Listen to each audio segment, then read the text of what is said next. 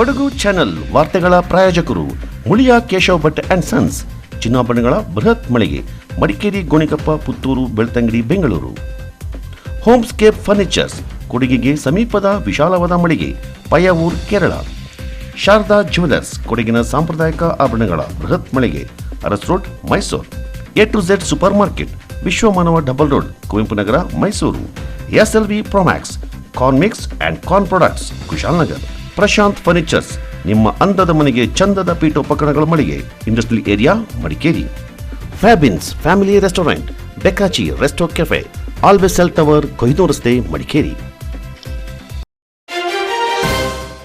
ಕೊಡಗು ಜಿಲ್ಲೆಯಲ್ಲಿ ಮಾನವ ಆನೆ ಸಂಘರ್ಷಕ್ಕೆ ನಿಯಂತ್ರಣಕ್ಕೆ ತೋಡಲಾಗಿರುವ ಆನೆ ಕಂದಕ ಮತ್ತು ಅಳವಡಿಸಿರುವ ತೂಗು ಸೌರಬೇಲಿಯ ಸಮರ್ಪಕ ನಿರ್ವಹಣೆ ಮಾಡುವಂತೆ ಅರಣ್ಯ, ಜೀವಿಶಾಸ್ತ್ರ ಮತ್ತು ಪರಿಸರ ಸಚಿವ ಈಶ್ವರ್ ಬಿ ಖಂಡ್ರೆ ಅವರು ಅಧಿಕಾರಿಗಳಿಗೆ ಸ್ಪಷ್ಟ ಸೂಚನೆ ನೀಡಿದ್ದಾರೆ. ವಿಕಾಸಸೌಧದ ತಮ್ಮ ಕಚೇರಿಯಲ್ಲಿಂದು ಶಾಸಕರಾದ ಎಸ್ ಪೊನ್ನಣ್ಣ, ಡಾಕ್ಟರ್ ಮಂತ್ರಗೌಡ ಮತ್ತು ದರ್ಶನ್ ಧ್ರುವನಾರಾಯಣ್ ಅವರೊಂದಿಗೆ ಹಿರಿಯ ಅಧಿಕಾರಿಗಳ ಸಭೆ ನಡೆಸಿದ ಅವರು ಕೊಡಗಿನಲ್ಲಿ ವನ್ಯಜೀವಿಗಳಿಂದ ಅಮೂಲ್ಯ ಜೀವಹಾನಿ ಆಗ್ತಾ ಇರುವುದು ಆತಂಕದ ವಿಷಯವಾಗಿದ್ದು, ಹಾಲಿ ಇರುವ 422 ಕಿಲೋಮೀಟರ್ ಆನೆ ಕಂದಕ ಮತ್ತು 544 ಕಿಲೋಮೀಟರ್ ತೂಗು ಸೌರಬೇಲಿಯ ಸಮರ್ಪಕ ದುರಸ್ತಿ ಕಾರ್ಯವನ್ನು 1 ತಿಂಗಳೊಳಗೆ ಪೂರ್ಣಗೊಳಿಸುವಂತೆ ಸೂಚನೆ ನೀಡಿದರು. ರಾಜ್ಯದಲ್ಲಿ ವನ್ಯಜೀವಿ ಮಾನವ ಸಂಘರ್ಷದಲ್ಲಿ ಸಂಭವಿಸುವ ಸಾವುಗಳ ಪೈಕಿ 38% ಕೊಡಗು ಜಿಲ್ಲೆಯಲ್ಲಿ ಆಗ್ತಾ ಇದ್ದು, ಇದನ್ನು ನಿಯಂತ್ರಣ ಮಾಡಲು ಗಸ್ತು ಹೆಚ್ಚಳ ಮಾಡಬೇಕು. ಆನೆ ಕಾರ್ಯಪಡೆ, ತ್ವರಿತ ಸ್ಪಂದನಾ ಪಡೆ ಸೇರಿದಂತೆ ಮಾನವ ವನ್ಯಜೀವಿ ಸಂಘರ್ಷ ನಿಯಂತ್ರಣ ಘಟಕಗಳನ್ನು ಬಲಪಡಿಸುವಂತೆ ಸೂಚನೆ ನೀಡಿದರು. ಆನೆ ಸೇರಿದಂತೆ ವನ್ಯಜೀವಿಗಳು ತೋಟಗಳಿಗೆ ಬಂದಾಗ ಅವುಗಳನ್ನು ಕಾಡಿಗೆ ಮರಳಿಸಲು ಸಿಬ್ಬಂದಿ ತ್ವರಿತವಾಗಿ ಸ್ಪಂದಿಸಲು ಹಾಲಿ ಇರುವ 6 ವಾಹನಗಳ ಜೊತೆಗೆ ಈಗಾಗಲೇ 4 ವಾಹನ ಖರೀದಿ ಮಾಡಲಾಗಿದೆ.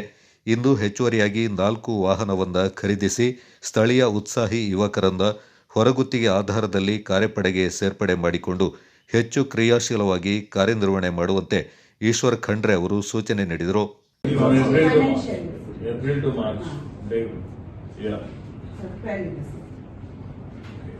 Why yaking back-to-back deaths are happening and what measures were taken? So why? Last one week In spite of taking all preventive precautions. So that doesn't make sense. But wherever, sir, ಇವ್ರಿಗೆ ಎಲ್ಲಿ crossing ಆಗುತ್ತೆ, what time they cross, everybody knows sir. 2-3 places is manned by your department. 4-5 ಕಡೆಗೆ ನಮ್ಮ at the time of crossing. And then You made more deployment and 100% more deployment of your ETF, I mean your task force or your regular forest people, especially at the time of crossing. 2 kilometre ನಿಮ್ದು ಕಂದಕ ಇದೆ. ಆ ಕಂದಕ ನಿರ್ವಹಣೆ 100% ಅದು correct ಆಗಿ ಇರಬೇಕು. ಯಾವುದು weak point ಎಲ್ಲೂ ಇರಬಾರ್ದು. ಅದಕ್ಕೆ ಏನಾಗಬೇಕಾಗಿದೆ, ವಾರ್ ಫುಟಿಂಗಲ್ಲಿ ನೀವು ಆ್ಯಕ್ಷನ್ ತಗೋಬೇಕಾಗಿದೆ. ನಿಮ್ಮಲ್ಲಿ 544 ಕಿಲೋಮೀಟರ್ ನಿಮ್ಮದು ಟೆಂಟೆಗಲ್ ಸೋಲಾರ್ ಫೆನ್ಸಿಂಗು ಅದು ಆರ್ಡ್ರಲ್ಲಿ ಇರಬೇಕು. ಯಾವುದೇ ರೀತಿಯಲ್ಲಿ personally you must visit all senior officers. ನೀವು 422 ಕಿಲೋಮೀಟರ್ ಹೋಗಲಿಕ್ಕೆ, 544 ಕಿಲೋಮೀಟರ್ ಹೋಗಲಿಕ್ಕೆ 8 ದಿವಸದಲ್ಲಿ ಎಲ್ಲ ಕಡೆ ಒಂದು 10-20 ಕಿಲೋಮೀಟರ್ ಎಲ್ಲೆಲ್ಲಿದೆ ಎಲ್ಲ ಕಡೆ ನೋಡಿಬಿಟ್ರೆ ನಿಮಗೆಲ್ಲ ಮಾಹಿತಿ ಸಿಗುತ್ತೆ. 4 ಜೀಪ್ಗಳು ಖರೀದಿ ಮಾಡಲಿಕ್ಕೆ think that standing instructions orders 4 ಜೀಪನ್ನು ಇಮಿಡಿಯೇಟ್ಲಿ ನಾಳೆನೇ ಆರ್ಡರ್ ಮಾಡಿ ಫೌಂಡೇಶನಲ್ಲಿ ಖರ್ಚು ವೆಚ್ಚಗಳು ಹಾಕಿ ಮಾಡಬೇಕು. ಔಟ್ರೀಚ್ ಪ್ರೋಗ್ರಾಮ್ಸ್ ತಗೊಳ್ಳಿ.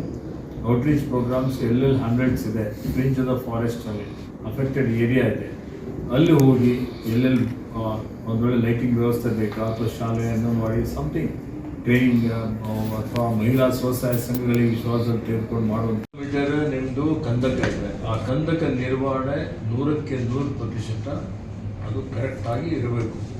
ಯಾವುದು ವೀಕ್ ಪಾಯಿಂಟ್ ಏನಾಗಬೇಕಾಗಿದೆ, ವಾರ್ ಫುಟಿಂಗಲ್ಲಿ ನೀವು ಆ್ಯಕ್ಷನ್ ತಗೋಬೇಕಾಗುತ್ತೆ. ನಿಮ್ಮಲ್ಲಿ 544 ಕಿಲೋಮೀಟರ್ ನಿಮ್ಮದು ಟೆಂಟೆಗಲ್ ಸೋಲಾರ್ ಫೆನ್ಸಿಂಗು ಅದು ಆರ್ಡರ್ 4 ಜೀಪನ್ನು ಇಮಿಡಿಯೇಟ್ಲಿ ನಾಳೆನೇ ಆರ್ಡರ್ ಮಾಡಿ ಮಾಹಿತಿ ಕೊಡೋದಿದೆಯಲ್ಲ ಎಲ್ಲ ಭಾಷೆಗಳಲ್ಲಿ ಫಲಕ ಹಾಕ್ಕೊಳ್ಳುವಂಥದ್ದು. ಮತ್ತು ಈಗಾಗಲೇ ನಾವು ಮಾದರಿ ಕಾಫಿ ಎಸ್ಟೇಟ್ ಕಾರ್ಯಕ್ರಮ ಅಂತ ಕಾಫಿ ತೋಟಗಳಲ್ಲಿ ಭೂಪ್ರದೇಶ ಮಟ್ಟದ ಮಾನವ ಸಂಘರ್ಷ ಕಡಿಮೆ ಮಾಡಲಿಕ್ಕೆ, ಮಿಟಿಗೇಟ್ ಮಾಡಲಿಕ್ಕೆ ಏನು ಮಾಡಬೇಕು ಅನ್ನೋ ಸುತ್ತೋಲೆಯನ್ನು ನಾವು ಹೊರಡಿಸ್ತಾ ಇದ್ದೀವಿ. ಸ್ವಲ್ಪ ಜನಸ್ನೇಹಿ ಇರಲಿಕ್ಕೆ ಒಂದು ಮೀಟಿಂಗ್ ಮಾಡಿ ನಮ್ಮ ಅಧಿಕಾರಿಗಳಿಗೆ ಅವರೆಲ್ಲ ಜನಸ್ನೇಹಿ ಆಗಬೇಕು. ಅಂದರೆ ಮಾತ್ರ ವಿಶ್ವಾಸ ಗಳಿಸಬೇಕಾಗಿಲ್ಲ. ನಾವು ಮಾಡ್ತಾ ಇರ್ತಕ್ಕಂಥದ್ದು ಜನರಿಗೆ ಪರಿಸರ ಸಂರಕ್ಷಣೆ ಮಾಡಬೇಕು. ಅದ್ರ ಜೊತೆಯಲ್ಲಿ ಇವತ್ತು ಮಾನವ ಮತ್ತು ವನ್ಯಜೀವಿ ಸಂರಕ್ಷಣೆ ಮಾಡುವಂಥದ್ದು ನಮ್ಮ ಜವಾಬ್ದಾರಿ. ಡೆತ್ಸ್ ಆಗ್ತಾ ಇರ್ತಕ್ಕಂಥದ್ದು ಅತ್ಯಂತ ಆತಂಕ. ಸೊ ಈ ಡೆತ್ಸ್ ಆಗದ ರೀತಿಯಲ್ಲಿ ನೋಡ್ಕೊಳ್ಳುವಂಥದ್ದು ಈಗ ಭಾಳ ಭಾಳ ಮಹತ್ವ ಇದೆ. ಈ ದುರಸ್ತಿ ಕಾರ್ಯಕ್ರಮ ಏನು ಮಾಡ್ತೀವಿ, ಸಮರೋಪಾದಿಯಲ್ಲಿ ದುರಸ್ತಿ ಕಾರ್ಯಕ್ರಮ ಆಗಿ ಯಾವುದೇ ಪರಿಸ್ಥಿತಿಯಲ್ಲಿ ಮಾನವ ಹಾನಿ ಆಗದ ರೀತಿಯಲ್ಲಿ ಮಾನವ ಜೀವನ ಅತ್ಯಮೂಲ್ಯವಾದಂಥ ಫಸ್ಟ್ ಪ್ರಯಾರಿಟಿ ಅಷ್ಟು ಬಗ್ಗೆ ಹೊರಟು ಬೇರೆ ಏನಿಲ್ಲ. ಫಂಡ್ಸ್ ಬಗ್ಗೆ ತಲೆ ಕೆಡಿಸೋ ಇದು ಮಾಡ್ಲಿಕ್ಕೆ ಆಗಿಲ್ಲ ಅಂತ I want to hear from you in future. ಗೊತ್ತಾಯ್ತು ನೋಡಿ ಎಷ್ಟು ನಿಮ್ಮಲ್ಲಿ ಎಷ್ಟಿದೆ.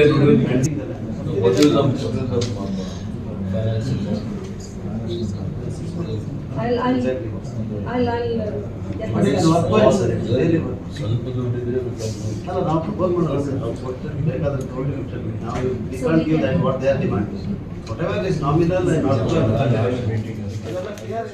ಸಭೆಯಲ್ಲಿ ಪ್ರಧಾನ ಮುಖ್ಯ ಅರಣ್ಯ ಸಂರಕ್ಷಣಾಧಿಕಾರಿ ಮತ್ತು ಅರಣ್ಯ ಪಡೆ ಮುಖ್ಯಸ್ಥರಾದ ಮೀನಾಕ್ಷಿ ನೇಗಿ, ಮುಖ್ಯ ವನ್ಯಜೀವಿ ಪರಿಪಾಲಕರಾದ ಕುಮಾರ್ ಪುಷ್ಕರ್, ಹಿರಿಯ ಅರಣ್ಯಾಧಿಕಾರಿಗಳಾದ ಮನೋಜ್ ರಾಜನ್, ಮನೋಜ್ ಕುಮಾರ್, ಸೋನಾಲ್ ವಿರಿಸ್ನಿ ಮತ್ತಿತರರು ಪಾಲ್ಗೊಂಡಿದ್ದರು.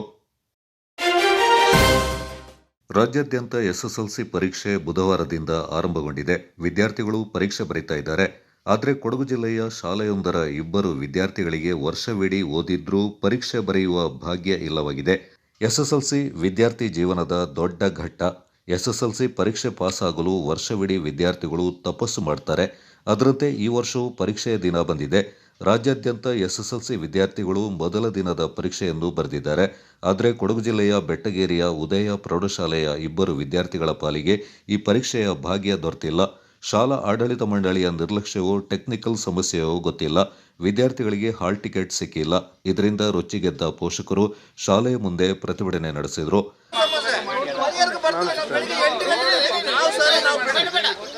ನಾವು ಬೆಳಿಗ್ಗೆ 8 ಗಂಟೆಯಿಂದ ಇದ್ದೀವಿ. ನಾವು ನನಗೆ ನ್ಯಾಯ ಕೊಡ್ಲಿ, 2 ಮಕ್ಕಳಿಗೆ ನ್ಯಾಯ ಸಿಗ್ಲಿ, ಕೊಡ್ಸಾಗ ನೀವು ನ್ಯಾಯ ಕೊಡ್ಸಾಗ ನೀವು ತೊಂದರೆ ಮಾಡ್ತೀವಿ. ಇಲಾಖೆ ಮುಖಾಂತರ ನಾವು ಕೇಳ್ಕೊಡ್ತೀವಿ. ಇಲಾಖೆ ಮುಖಾಂತರ ನಾವು ಕೇಳ್ಕೊಡ್ತೀವಿ. ಸರ್ ಕಾನೂನು ಹೋರಾಟ ಬೆಳಿಗ್ಗೆ 7:30 ಗಂಟೆಯಿಂದ ನಾವು ಬರುತ್ತೆ.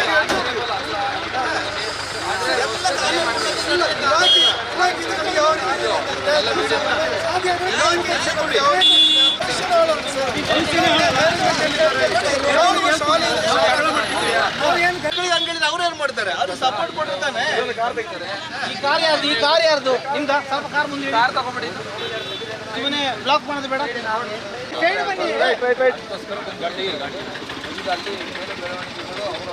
ಸ್ವಲ್ಪ ಕಡೆ ಕಾರ್ ತೆಗಿ.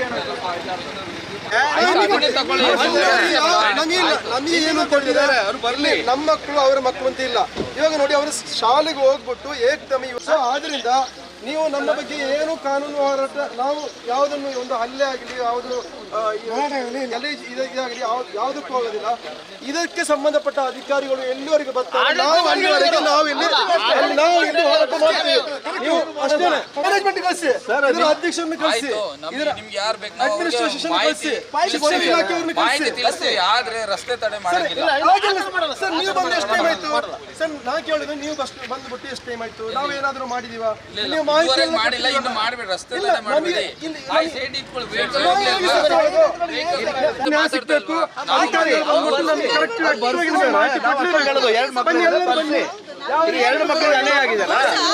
ನ್ಯಾಯಕ್ಕೋಸ್ಕರ ಸುಮಾರು ಜನ ಸ್ಟೇಷನ್ ಹೋಗ್ತಿದ್ದಾರೆ.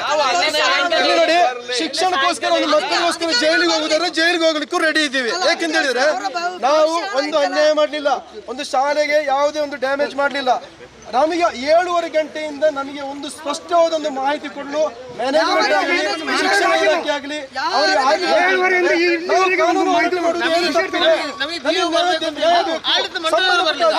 ಕಳಿಸಿ ಅಷ್ಟೇ. ವ್ಯಾಸಂಗ ಮಾಡಿದಂತಹ ಶಾಲೆ ನಮ್ಮ ಉದಯ ಪ್ರೌಢ ಶಾಲೆ ಅಂತ ಹೇಳ್ಬಿಟ್ಟು. ಸೊ ನಿನ್ನೆ ಏನಾಗಿದೆ ಅಂತ ಹೇಳಿದರೆ, ನನ್ನ ಮಕ್ಕಳು ಸಹ SSLC ಇವಾಗ ಎಕ್ಸಾಮಿಗೆ ಹೋಗಿದ್ದಾರೆ. ಸೊ ಇವತ್ತು ಬೆಳಿಗ್ಗೆ ನಮಗೆ ಸಿಕ್ಕಿದ ಮಾಹಿತಿ ಪ್ರಕಾರ 2 ಮಕ್ಕಳಿಗೆ ಹಾಲ್ ಟಿಕೆಟ್ ಸಿಗಲಿಲ್ಲ. ಸೊ ಇಲ್ಲಿ ಕಾರಣವನ್ನು ಬಯಸುವಾಗ ಸ್ಪಷ್ಟವಾಗಿ ಮಾಹಿತಿನೂ ನಮಗೆ ಸಿಗಲಿಲ್ಲ. ಮಾಹಿತಿಯ ಬಗ್ಗೆ ನಾವು ಇಲ್ಲಿ ಶಾಲೆಗೆ ಬಂದ್ಬಿಟ್ಟು ನಮ್ಮ ಪೋಷಕರು, ಬಾಕಿ ಇರುವಂತಹ ಹಿರಿಯರು, ಇಲ್ಲಿನ ಹಳೆ ವಿದ್ಯಾರ್ಥಿಗಳೆಲ್ಲ ಸೇರಿ ಇದರ ಬಗ್ಗೆ ಮಾಹಿತಿ ಪಡೆಯುವಾಗ ಇಲ್ಲಿನ ಅಧ್ಯಕ್ಷರು ಅಲ್ಲಿಂದ ಪಲಾಯನ ಮಾಡಿದ ಬಗ್ಗೆ ನಮಗೆ ವಿವರ ಸಿಕ್ತು.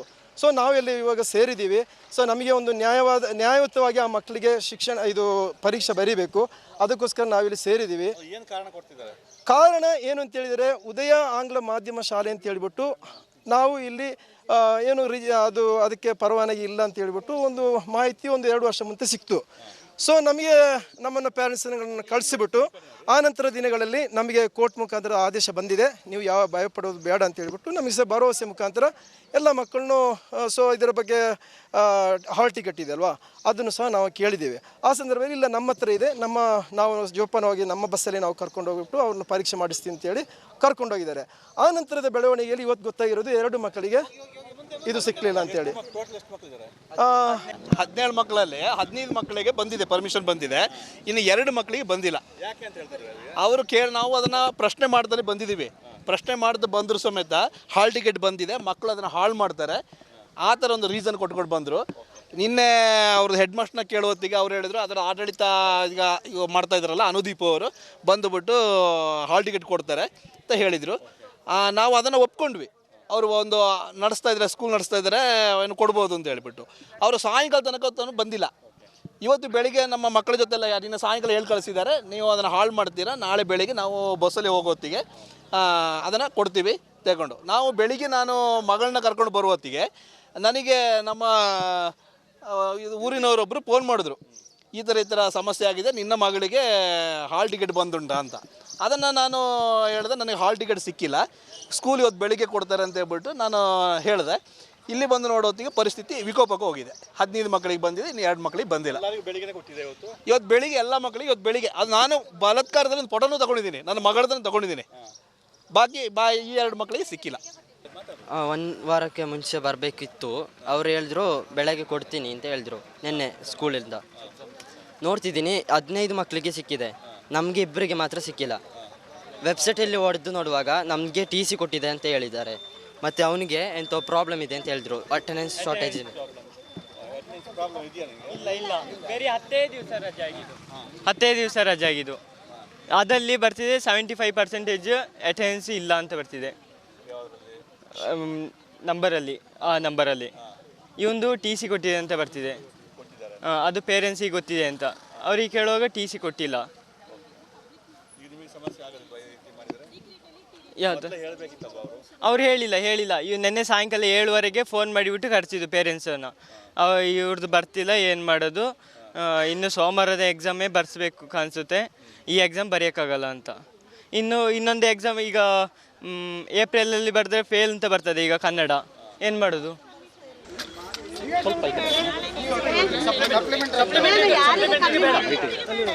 ಕಮ್ಮಿ ಮಾಡಿಲ್ಲ, 1 ರೂಪಾಯಿ ಕಮ್ಮಿ ಮಾಡಿಲ್ಲ. ಏನಾದ್ರೂ ಹೆಚ್ಚು ಕಮ್ಮಿ ಆದ್ರೆ ಏನು ಮಾಡೋದು ಅಂತ ನಮ್ಮದು ಮನವಿ ಇದೆ, ಈ ಸ್ಕೂಲಿಗೆ ಒಂದು ಪರ್ಮಿಷನ್ ಕೊಡಬೇಕು. BSR ಅವರು ಸ್ಕೂಲಿಗೆ ಒಂದು ಪರ್ಮಿಷನ್ ಕೊಡ್ತಿಲ್ಲ ಅಂತ ಹೇಳಿದ್ರೆ ಮತ್ತೆ ಇನ್ನೇನು BSR ಎಂತ ಗಿರೋದು? ಅದು ಅಲ್ಲಿರೋದು ಏನಾದ್ರೂ ಹೆಚ್ಚು ಕಮ್ಮಿ ಆದ್ರೆ ಏನು ಮಾಡೋದು? ಸ್ಕೂಲ್ ಫೀಸ್ ಆಗಿಲ್ಲ, ವ್ಯಾನ್ ಫೀಸ್ ಆಗಿಲ್ಲ, ಮಾಡೋದು ಬಾಕಿ ಉಂಟು.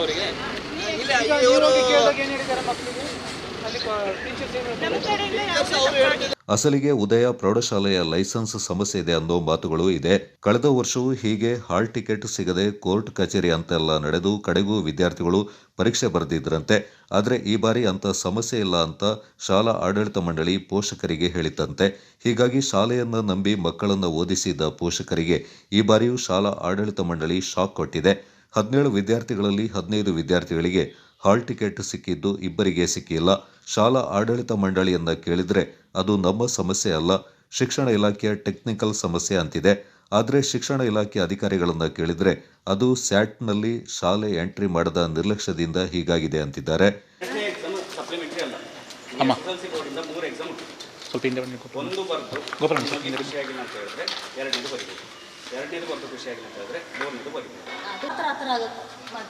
ಇವರಿಗೆ ಆಗುದಿಲ್ಲ ಸರ್, ಅವರು ರೆಡಿ ಮಾಡಬೇಕು. ಮತ್ತು ಒಂದು ಎಕ್ಸಾಮ್ ಆಬ್ಸೆಂಟ್ ಅಲ್ಲ, ಫೇಲ್ ಈ ಎಕ್ಸಾಮ್ ಮಾಡಿಲ್ಲ, ಯಾಕೆ ಇಡ್ಲಿ ತಿಂದಿಲ್ಲ. ಈಗ ಉಪವಾಸ ಉಂಟು, ಏನು ತಿಂದೇ ಇಲ್ಲ, ಹಾಗೇನೆ ಉಪವಾಸ ಮಾಡಿದ್ದೆ. ಆಗ ನಮಗೇನೆಲ್ಲ ಬೇಸರ ಇವತ್ತಲ್ಲ 7 ಗಂಟೆಗೆ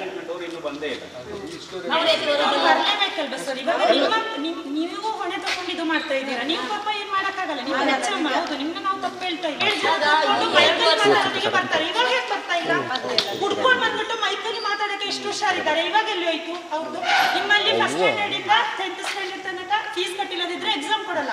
ಮೊನ್ನೆ ನಂದು ಮಗ ಫಸ್ಟ್ ಸ್ಟ್ಯಾಂಡರ್ಡ್, ನಂದು ಮಗಳು 6 ದಿನ ನೀವು ಹಾಲಲ್ಲಿ ಕೂರಿಸಿದ್ರಿ, ಯಾಕೆ ಎಕ್ಸಾಮ್ ಕೊಟ್ಟಿಲ್ಲ? ಅವಾಗ ನಿಮ್ದು ಮ್ಯಾನೇಜ್ಮೆಂಟ್ ಇತ್ತು, ಇವಾಗೆಲ್ಲ ಇತ್ತು ಮ್ಯಾನೇಜ್ಮೆಂಟ್ ಅಲ್ವಾ? ನಾನು ನಿಮ್ಮ ಹತ್ರ ರಿಕ್ವೆಸ್ಟ್ ಮಾಡ್ಕೊಂಡೆ, 3 days ಇಂದ ರಿಕ್ವೆಸ್ಟ್ ಮಾಡಿದೆ, ಕೊಡಿ ಸರ್ ಎಕ್ಸಾಮ್, ಕೊಡಿ ಸರ್ ಎಕ್ಸಾಮ್, ಕೊಡಿ ಸರ್ ಎಕ್ಸಾಮ್ ಅಂತ. ಕಲಿಯೋದವರು ಎಲ್ಲೋಗಿದ್ರು ಅವಾಗ ಮ್ಯಾನೇಜ್ಮೆಂಟ್. ಇವಾಗ ನಿಮ್ಮ ಮ್ಯಾನೇಜ್ಮೆಂಟ್ ನೀವು ಕರೆಸಿ, ನಂದು ಮಗಳಿಗೆ ನೀವು ಎಕ್ಸಾಮ್ ಕೊಟ್ಟಿಲ್ಲ, ನೀವು ರಿಸಲ್ಟ್ ಹಾಕ್ಬೇಕು ಫಾಸ್ಟ್ ಅಂತ. ನೀವು ರೆಡಿ ಇದ್ದೀರಾ? ಎಕ್ಸಾಮ್ ಬರ್ಸೋದೇ ನೀವು ಹಾಕಕ್ಕೆ ರೆಡಿ ಇದ್ದೀರಾ? ಉತ್ತರ ಕೊಡಿ ನನಗೆ. ನಂದು ಫಸ್ಟ್ ಸ್ಟ್ಯಾಂಡರ್ಡ್ ಇರಲಿ, ನನ್ನ ಮಗನು 10th ಅಲ್ಲಿ ಓದ್ತಾ ಇದ್ದಾನೆ, ಅದು ಬೇರೆ ವಿಷಯ. ಇವತ್ತು ಹಾಲ್ ಟಿಕೆಟ್ ಇಶ್ಯೂ ಆಗಿದೆ, ಎಕ್ಸಾಮ್ ಬರೀತಾರೋ ಇಲ್ಲೋ ನನಗೆ ಗೊತ್ತಿಲ್ಲ, ಅದು ಬೇರೆ ವಿಷಯ. ಆಗ ಫಸ್ಟ್ ಸ್ಟ್ಯಾಂಡರ್ಡ್ ಅಲ್ಲಿ ಕೂರುವ ಮಗಳನ್ನ ನೀವು 6 ದಿನ ಎಕ್ಸಾಮ್ ಹಾಲ್ ಒಳಗಡೆ ಬೇರೆ ಮಕ್ಕಳೆಲ್ಲರೂ ಎಕ್ಸಾಮ್ ಬರೆಯೋತಿಗೆ ನಂದು ಮಗಳಿಗೆ ನೀವು ಎಕ್ಸಾಮ್ ಕೊಟ್ಟಿಲ್ಲ ಅಲ್ವಾ? ನಾನು ನಿಮ್ಮ ಹತ್ರ 3 days ಇಂದ ರಿಕ್ವೆಸ್ಟ್ ಮಾಡಿದೆ, ಸರ್ ಕೊಡಿ, ನಾನು ಫೀಸ್ ಪೇ ಮಾಡ್ತೀನಿ, ಸ್ವಲ್ಪ ಪ್ರಾಬ್ಲಮ್ ಅಲ್ಲಿ ಇದ್ದೀನಿ, TC ತೆಗಿತಾ ಇದ್ದೀನಿ, ಅದ್ರ ಒಳಗಡೆ ನಿಮ್ದು ಫೀಸ್ ಪೇ ಮಾಡ್ತೀನಿ ಅಂತ ಹೇಳಿದೆ. ನೀವು ಕೊಟ್ರ ಎಕ್ಸಾಮ್? ಸರ್ ಅವ್ರದ್ದು ಸ್ಯಾಟ್ಸ್ ಅಂತಿದೆ, ಸ್ಟೂಡೆಂಟ್ಸ್ ಅಚೀವ್ಮೆಂಟ್ ಟ್ರ್ಯಾಕಿಂಗ್ ಸಿಸ್ಟಮ್ ಅಂತ, ಅದೊಂದು ಎಲ್ಲ ಮಕ್ಕಳಿಗೂ ಇರುತ್ತೆ. ಸೊ ಅದರಲ್ಲಿ ಏನಾಗಿದೆ ಅಂತ ಹೇಳಿದ್ರೆ, ಒಂದು ಮಗುವುದು ಬ್ಲಾಕ್ಡ್ ಬೈ BO ಅಂತ ಬಂದಿದೆ, ರಿಜೆಕ್ಟೆಡ್ ಬೈ BO ಅಂತ. ಸೊ ಅದೊಂದು ಆಗಿದೆ. BOನ ಕೇಳಿದಾಗ ಅಲ್ಲಿ ಹೇಳ್ತಾರೆ ಅವ್ರು ಲಾಗಿನಲ್ಲಿ ಬಂದಿಲ್ಲ ಅಂತ. ಸೊ ಇದು ಟೆಕ್ನಿಕಲ್ ಇಶ್ಯೂ ಆಗಿದೆ ಸರ್. BO ಅವರು ಹೇಳ್ತಾರೆ ಅವ್ರು ಲಾಗಿನಿಗೆ ಬಂದರೆ ನಾವು ಮಾಡಿಸ್ಬೋದು ಅಂತ ಹೇಳ್ತಿದ್ದಾರೆ. ಇನ್ನೊಂದು ಮಗುದು TC ಇಶ್ಯೂ ಅಂತ ಬಂದಿದೆ, ನಾವು ಓದ್ತಿರೋ ಮಕ್ಕಳಿಗೆ TC ಇಶ್ಯೂ ಮಾಡೋದೇ ಇಲ್ಲ. ಸೊ ಅದು ಯಾಕೆ ಆಗಿದ್ದು ಅಂತ, ಅದು ಯಾಕೆ ಆಗಿದೆ ಅಂತ ಗೊತ್ತಿಲ್ಲ, ಅದು ಟೆಕ್ನಿಕ್ ಇಶ್ಯೂನೇ ಆಗಿದೆ.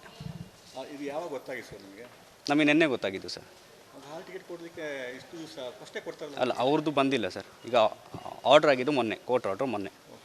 ಸೊ ಎಲ್ಲ ಮಕ್ಕಳದ್ದಾಗಿದೆ, ಇವರಿಬ್ರದ್ದು ಬಂದಿಲ್ಲ.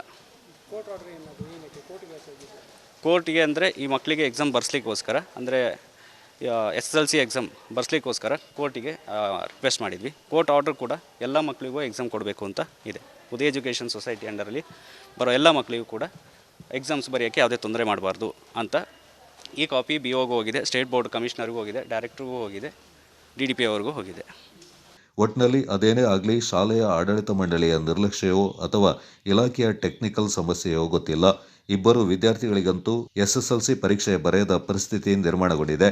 ಸದ್ಯ ಸಮಸ್ಯೆಯ ಬಗ್ಗೆ ಶಿಕ್ಷಣ ಇಲಾಖೆಯ ಹಿರಿಯ ಅಧಿಕಾರಿಗಳ ಗಮನಕ್ಕೆ ತಂದಿದ್ದು, ಸಮಸ್ಯೆ ಬಗೆಹರಿದು ಇಬ್ಬರು ವಿದ್ಯಾರ್ಥಿಗಳು ಪರೀಕ್ಷೆ ಬರೆಯುವಂತಾಗಲಿ ಅನ್ನೋದು ನಮ್ಮ ಆಶಯ ಕೂಡ. ನಡೀತಾ ಇದ್ದು 9 ಮತ್ತು 10ನೇ ತರಗತಿ ವಿದ್ಯಾರ್ಥಿಗಳು ಇಲ್ಲಿ ಪರೀಕ್ಷೆಗೆ ಕಳೆದ ವರ್ಷ ಮತ್ತು ಈ ವರ್ಷ ಕೋರ್ಟ್ ಮೂಲಕ ಅವರು ಪರೀಕ್ಷೆಯನ್ನು ಬರೀಲಿಕ್ಕೆ ಕೋರ್ಟು ಏನು ಆದೇಶ ಕೊಟ್ಟಿದೆ ಅದರ ಪ್ರಕಾರ ವ್ಯವಸ್ಥೆ ಮಾಡಿ ಕೊಟ್ಟಿದ್ದೀವಿ. ಶಾಲೆಯವರು ಸ್ಯಾಟ್ಸಲ್ಲಿ ಮಕ್ಕಳಿಲ್ಲದ ಕಾರಣ ಸ್ಯಾಟ್ಸ್ ಇರಲಿಲ್ಲ ಸ್ಕೂಲಿಗೆ. ಕನ್ನಡ ಮಾಧ್ಯಮ ಶಾಲೆಯಲ್ಲಿ ಸ್ಯಾಟ್ಸ್ ಇತ್ತು, ಆ ಸ್ಯಾಟ್ಸ್ಗೆ ಎಂಟ್ರಿ ಮಾಡಿಕೊಂಡು 5 ಮಕ್ಕಳನ್ನು ಅಲ್ಲಿ ನಮಗೆ ಕಳಿಸಿದ್ರು. ಅದನ್ನು ನಾವು ಅಪ್ರೂವಲ್ ಮಾಡಿ ಕಳಿಸಿದ್ದು. ಇನ್ನು ಉಳಿದಂತೆ 10 ಮಕ್ಕಳಿದೆ ಅಂಥೇಳಿ ನಿನ್ನೆ ಸಾಯಂಕಾಲ 4:45 ಗಂಟೆಗೆ, ಈ ಹಿಂದೆ ಬರದೇ ಇದ್ದಂಥ ಮಕ್ಕಳ ಸಂಖ್ಯೆ ನಿನ್ನೆ 4:45 ಗಂಟೆಗೆ ನನ್ನ ಲಾಗಿನಿಗೆ ಬಂತು. ನಾನು ನಮ್ಮ ಮೇಲಾಧಿಕಾರಿಗಳನ್ನ ಕನ್ಸಲ್ಟ್ ಮಾಡಿ ಈ ಎಲ್ಲ ಮಕ್ಕಳು ಪರೀಕ್ಷೆ ಕೊಡಬೇಕು ಅಂತೇಳಿ ಅವ್ರಿಗೆ ರಿಕ್ವೆಸ್ಟ್ ಮಾಡಿದಾಗ, ನನ್ನ ಸ್ಯಾಟ್ಸಲ್ಲಿರೋ ಮಾಹಿತಿನ ಪ್ರಿಂಟ್ ತೆಗೆದು ನಮಗೊಂದು ಕಾಪಿ ಕೊಡಿ ಅಂತ ಹೇಳಿದ್ರು. ಇದು 10 ಮಕ್ಕಳದು 15 ಮಕ್ಕಳದು ಮಾಹಿತಿ ಇದೆ. ಶಾಲೆಯವರು ಹೇಳ್ತಾ ಇದ್ದಾರೆ 17 ಮಕ್ಕಳು ಅಂತೇಳಿ. ಅದರಲ್ಲಿ 1-2 ಮಕ್ಕಳದು ಈ ಮಾಹಿತಿನ ಶಾಲೆಯವರು ಎಂಟ್ರಿ ಮಾಡಿಲ್ಲ. ಸೊ ಆ ಮಕ್ಕಳು ಅಲ್ಲಿ ಇಲ್ಲ ಅಂತ ಆಗುತ್ತೆ ಆಗ. ಸೊ ಅದನ್ನ ನಂತರ ನಾನೇನು ಮಾಡಿದ್ದೀನಿ, 15 ಮಕ್ಕಳಿಗೂ ಕೂಡ ಪ್ರಶ್ನೆ ಪತ್ರಿಕೆ ಕೊಡಲಿಕ್ಕೆ ಸ್ವಲ್ಪ ತೊಂದರೆ ಆಗುತ್ತೆ ಅಂತೇಳಿ 4 ಸೆಂಟ್ರ್ಗಳಿಗೆ ನಾವು ಕೇಳ್ಕೊಂಡಿದ್ದು. 15 ಮಕ್ಕಳಿಗೆ 4 ಸೆಂಟ್ರಿಗೆ ಪರೀಕ್ಷೆ ಬರೀಲಿಕ್ಕೆ ಅವಕಾಶ ಮಾಡಿಕೊಟ್ಟಿದ್ದಾರೆ. ಇನ್ನು 2 ಮಕ್ಕಳಿಗೆ ಪರೀಕ್ಷೆ ಬರೀಲಿಕ್ಕೆ ಅವರು ಸ್ಕೂಲವರೇ ಎಂಟ್ರಿ ಮಾಡದೇ ಇರೋದ್ರಿಂದ ನಮ್ಮ ಲಾಗಿನ್ಗೆ ಬಂದಿಲ್ಲ.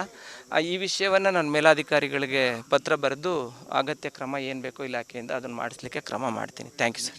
ಬೇರೆ ತಗೊಳ್ತಾರೆ, ನೀವು ಬೇಸರ ಮಾಡಬೇಡ. ಮೇಲೆ ಒಂದು ಚಾನ್ಸ್ ಇದೆ, ಬೇಸರ ಮಾಡಬೇಡಿ. ಅವರು ಇವರು ಹೇಳಿದ್ರಲ್ಲ ಏನಾದರೂ ಒಂದು ಮಾಡ್ತೀವಿ ಅಂತ, ಮಾಡ್ತಾರೆ. ಕ್ಯಾಮರಾಮನ್ ಚಿತನ್ ಕೌಂಡಿನ್ಯ ಜೊತೆ ಲೋಹಿತ್ ಮಾಗಲುಮನೆ, ಕೊಡಗು ಚಾನಲ್, ಮಡಿಕೇರಿ. ಇಂದಿನ ಆನ್ಲೈನ್ ಯುಗದಲ್ಲಿ ಒಂದು ಕ್ಲಿಕ್ ಮಾಡೋ ಮೂಲಕ ನಮಗೆ ಬೇಕಾದ ಬಹುತೇಕ ಎಲ್ಲ ವಸ್ತುಗಳನ್ನು ಮನೆ ಬಾಗಿಲಿಗೆ ತರಿಸಿಕೊಳ್ಳೋ ಅವಕಾಶವಿದೆ. ಕೆಲವೊಬ್ಬರಿಗೆ ಆನ್ಲೈನ್ ಮಾರ್ಕೆಟಿಂಗ್ ಲಾಭವನ್ನು ತಂದುಕೊಟ್ರೆ ಮತ್ತೆ ಕೆಲವರು ತಾವು ಆರ್ಡರ್ ಮಾಡಿದ ವಸ್ತುವಿನ ಬದಲಾಗಿ ಬೇರೊಂದು ವಸ್ತು ಪಾರ್ಸೆಲ್ ಮೂಲಕ ಬಂದು ಪೇಚಿಗೆ ಸಿಲುಕುವಂತಹ ಘಟನೆಗಳು ಆಗಾಗ್ಗೆ ನಡೀತಾ ಇರ್ತವೆ. ಅಂತಹದ್ದೇ ಒಂದು ಘಟನೆ ಜಿಲ್ಲೆಯ ಸುಂಟಿಕೊಪ್ಪ ಸಮೀಪದ ಕಂಬಿಬಾಣೆಯಲ್ಲಿ ನಡೆದಿದೆ. ಇಲ್ಲಿನ ಸುಬೇದಾರ್ ವಿಶ್ವಪ್ರಕಾಶ್ ರೈ ಎಂಬ ವ್ಯಕ್ತಿಯೊಬ್ಬರು ತೋಟಕ್ಕೆ ನೀರು ಹಾಯಿಸಲು 7.5 HP ಸಾಮರ್ಥ್ಯದ ವಾಟರ್ ಪಂಪನ್ನು ಮಾರ್ಚ್ 8ರಂದು ಆರ್ಡರ್ ಮಾಡಿದ್ದು ಮಾರ್ಚ್ 13ರಂದು ಪಾರ್ಸೆಲ್ ಬಂದಿದೆ. ಆದರೆ ಅದನ್ನು ತೆರೆದು ನೋಡಿದಾಗ ಫ್ಲೈಮ್ಯಾಕ್ಸ್ ಎಂಬ ಹೆಸರಿಂದ ಗುಣಮಟ್ಟ ಕಡಿಮೆ ಇರೋ ಬೇರೊಂದು ವಾಟರ್ ಪಂಪ್ ಕಳಿಸಿರೋದು ತಿಳಿದಿದೆ. ಇದರಿಂದ ಬೆಳೆಗಾರ ಸುಬೇದಾರ್ ವಿಶ್ವಪ್ರಕಾಶ್ ರೈ ತೋಟಕ್ಕೆ ನೀರು ಹಾಯಿಸಲಾಗದೆ ನಷ್ಟ ಅನುಭವಿಸಿದ್ದಾಗಿ ತಿಳಿಸಿದ್ದಾರೆ ಮತ್ತು ಆನ್ಲೈನ್ ಶಾಪಿಂಗ್ ಮಾಡುವವರು ಎಚ್ಚರ ವಹಿಸುವಂತೆ ಮನವಿ ಮಾಡಿದ್ದಾರೆ. And the package, the company is totally different. I ordered Heiko and you send that Flymax, and the outside where you sticker that is the same Heiko company, and inside the consignment is totally different. It is totally false. I want to return and I want immediate, if it is possible, the new item, or you refund my amount as well. I take a strict order against this because I need and very urgent for the agriculture purpose. If it is not possible, I am going to the consumer court. ಜಿಲ್ಲಾ ಕೇಂದ್ರ ಮಡಿಕೇರಿಯ ಸರ್ಕಾರಿ bus ನಿಲ್ದಾಣದ ಬಳಿಯ ರಾಜಕಾಲುವೆಯ ಪಕ್ಕದಲ್ಲಿ ಹೊರ ರಾಜ್ಯದ ಯುವಕನೊಬ್ಬನ ಆತ್ಮಹತ್ಯೆಯ ಪ್ರಸಂಗ ಕೆಲಕಾಲ ಆತಂಕವನ್ನು ಉಂಟು ಮಾಡಿದ ಘಟನೆ ನಡೆಯಿತು. ಕೆಎಸ್ಆರ್ಟಿಸಿ ಬಸ್ ನಿಲ್ದಾಣದಿಂದ ಹಳೆಯ ಖಾಸಗಿ ಬಸ್ ನಿಲ್ದಾಣಕ್ಕೆ ತೆರಳುವ ಮುಖ್ಯ ಹಾದಿಯ ಪಕ್ಕದಲ್ಲಷ್ಟೇ ರಾಜಕಾಲುವೆ ಇದೆ. ಇಲ್ಲಿ ಒಂದಷ್ಟು ಕಾಮಗಾರಿ ನಡೀತಾ ಇದ್ದು ಭಾರೀ ಪ್ರಮಾಣದ ಮಣ್ಣನ್ನ ರಾಜಕಾಲುವೆಯ ಪಕ್ಕದಲ್ಲಿ ಸುರಿಯಲಾಗಿದೆ. ಸಂಜೆ ವೇಳೆ ಹೊರ ರಾಜ್ಯದ ಯುವಕನೊಬ್ಬ ಏಕಾಏಕಿ ರಾಜಕಾಲುವೆಯ ಪಕ್ಕದ ಇಳಿಜಾರಿನಲ್ಲಿ ನಿಂತು ಕೆಳಕ್ಕೆ ಹಾರಲು ಮುಂದಾದ ಸಂದರ್ಭ ಅಲ್ಲೇ ಸುತ್ತಮುತ್ತಲಲ್ಲಿದ್ದ ಸಾರ್ವಜನಿಕರು ಅಲ್ಲಿ ನೆರೆಯುವ ಮೂಲಕ ಒಟ್ಟು ಘಟನೆ ಒಂದಷ್ಟು ಆತಂಕವನ್ನು ಮೂಡಿಸಿತು.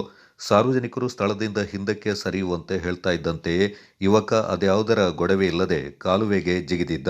ಆದರೆ ಅಲ್ಲಿ ಅದಾಗಲೇ ತುಂಬಲಾಗಿದ್ದ ಕೆಸರು ಮಣ್ಣಿಗೆ ಬಿದ್ದ ಯುವಕ ಕಿಂಚಿತ್ ಪೆಟ್ಟಾಗದೆ ಹಾಗೆ ಎದ್ದು ಹೊರಬರುವ ಮೂಲಕ ನೋಡುಗರು ನಿಟ್ಟುಸಿರು ಬಿಡುವಂತೆ ಮಾಡಿದ್ದ.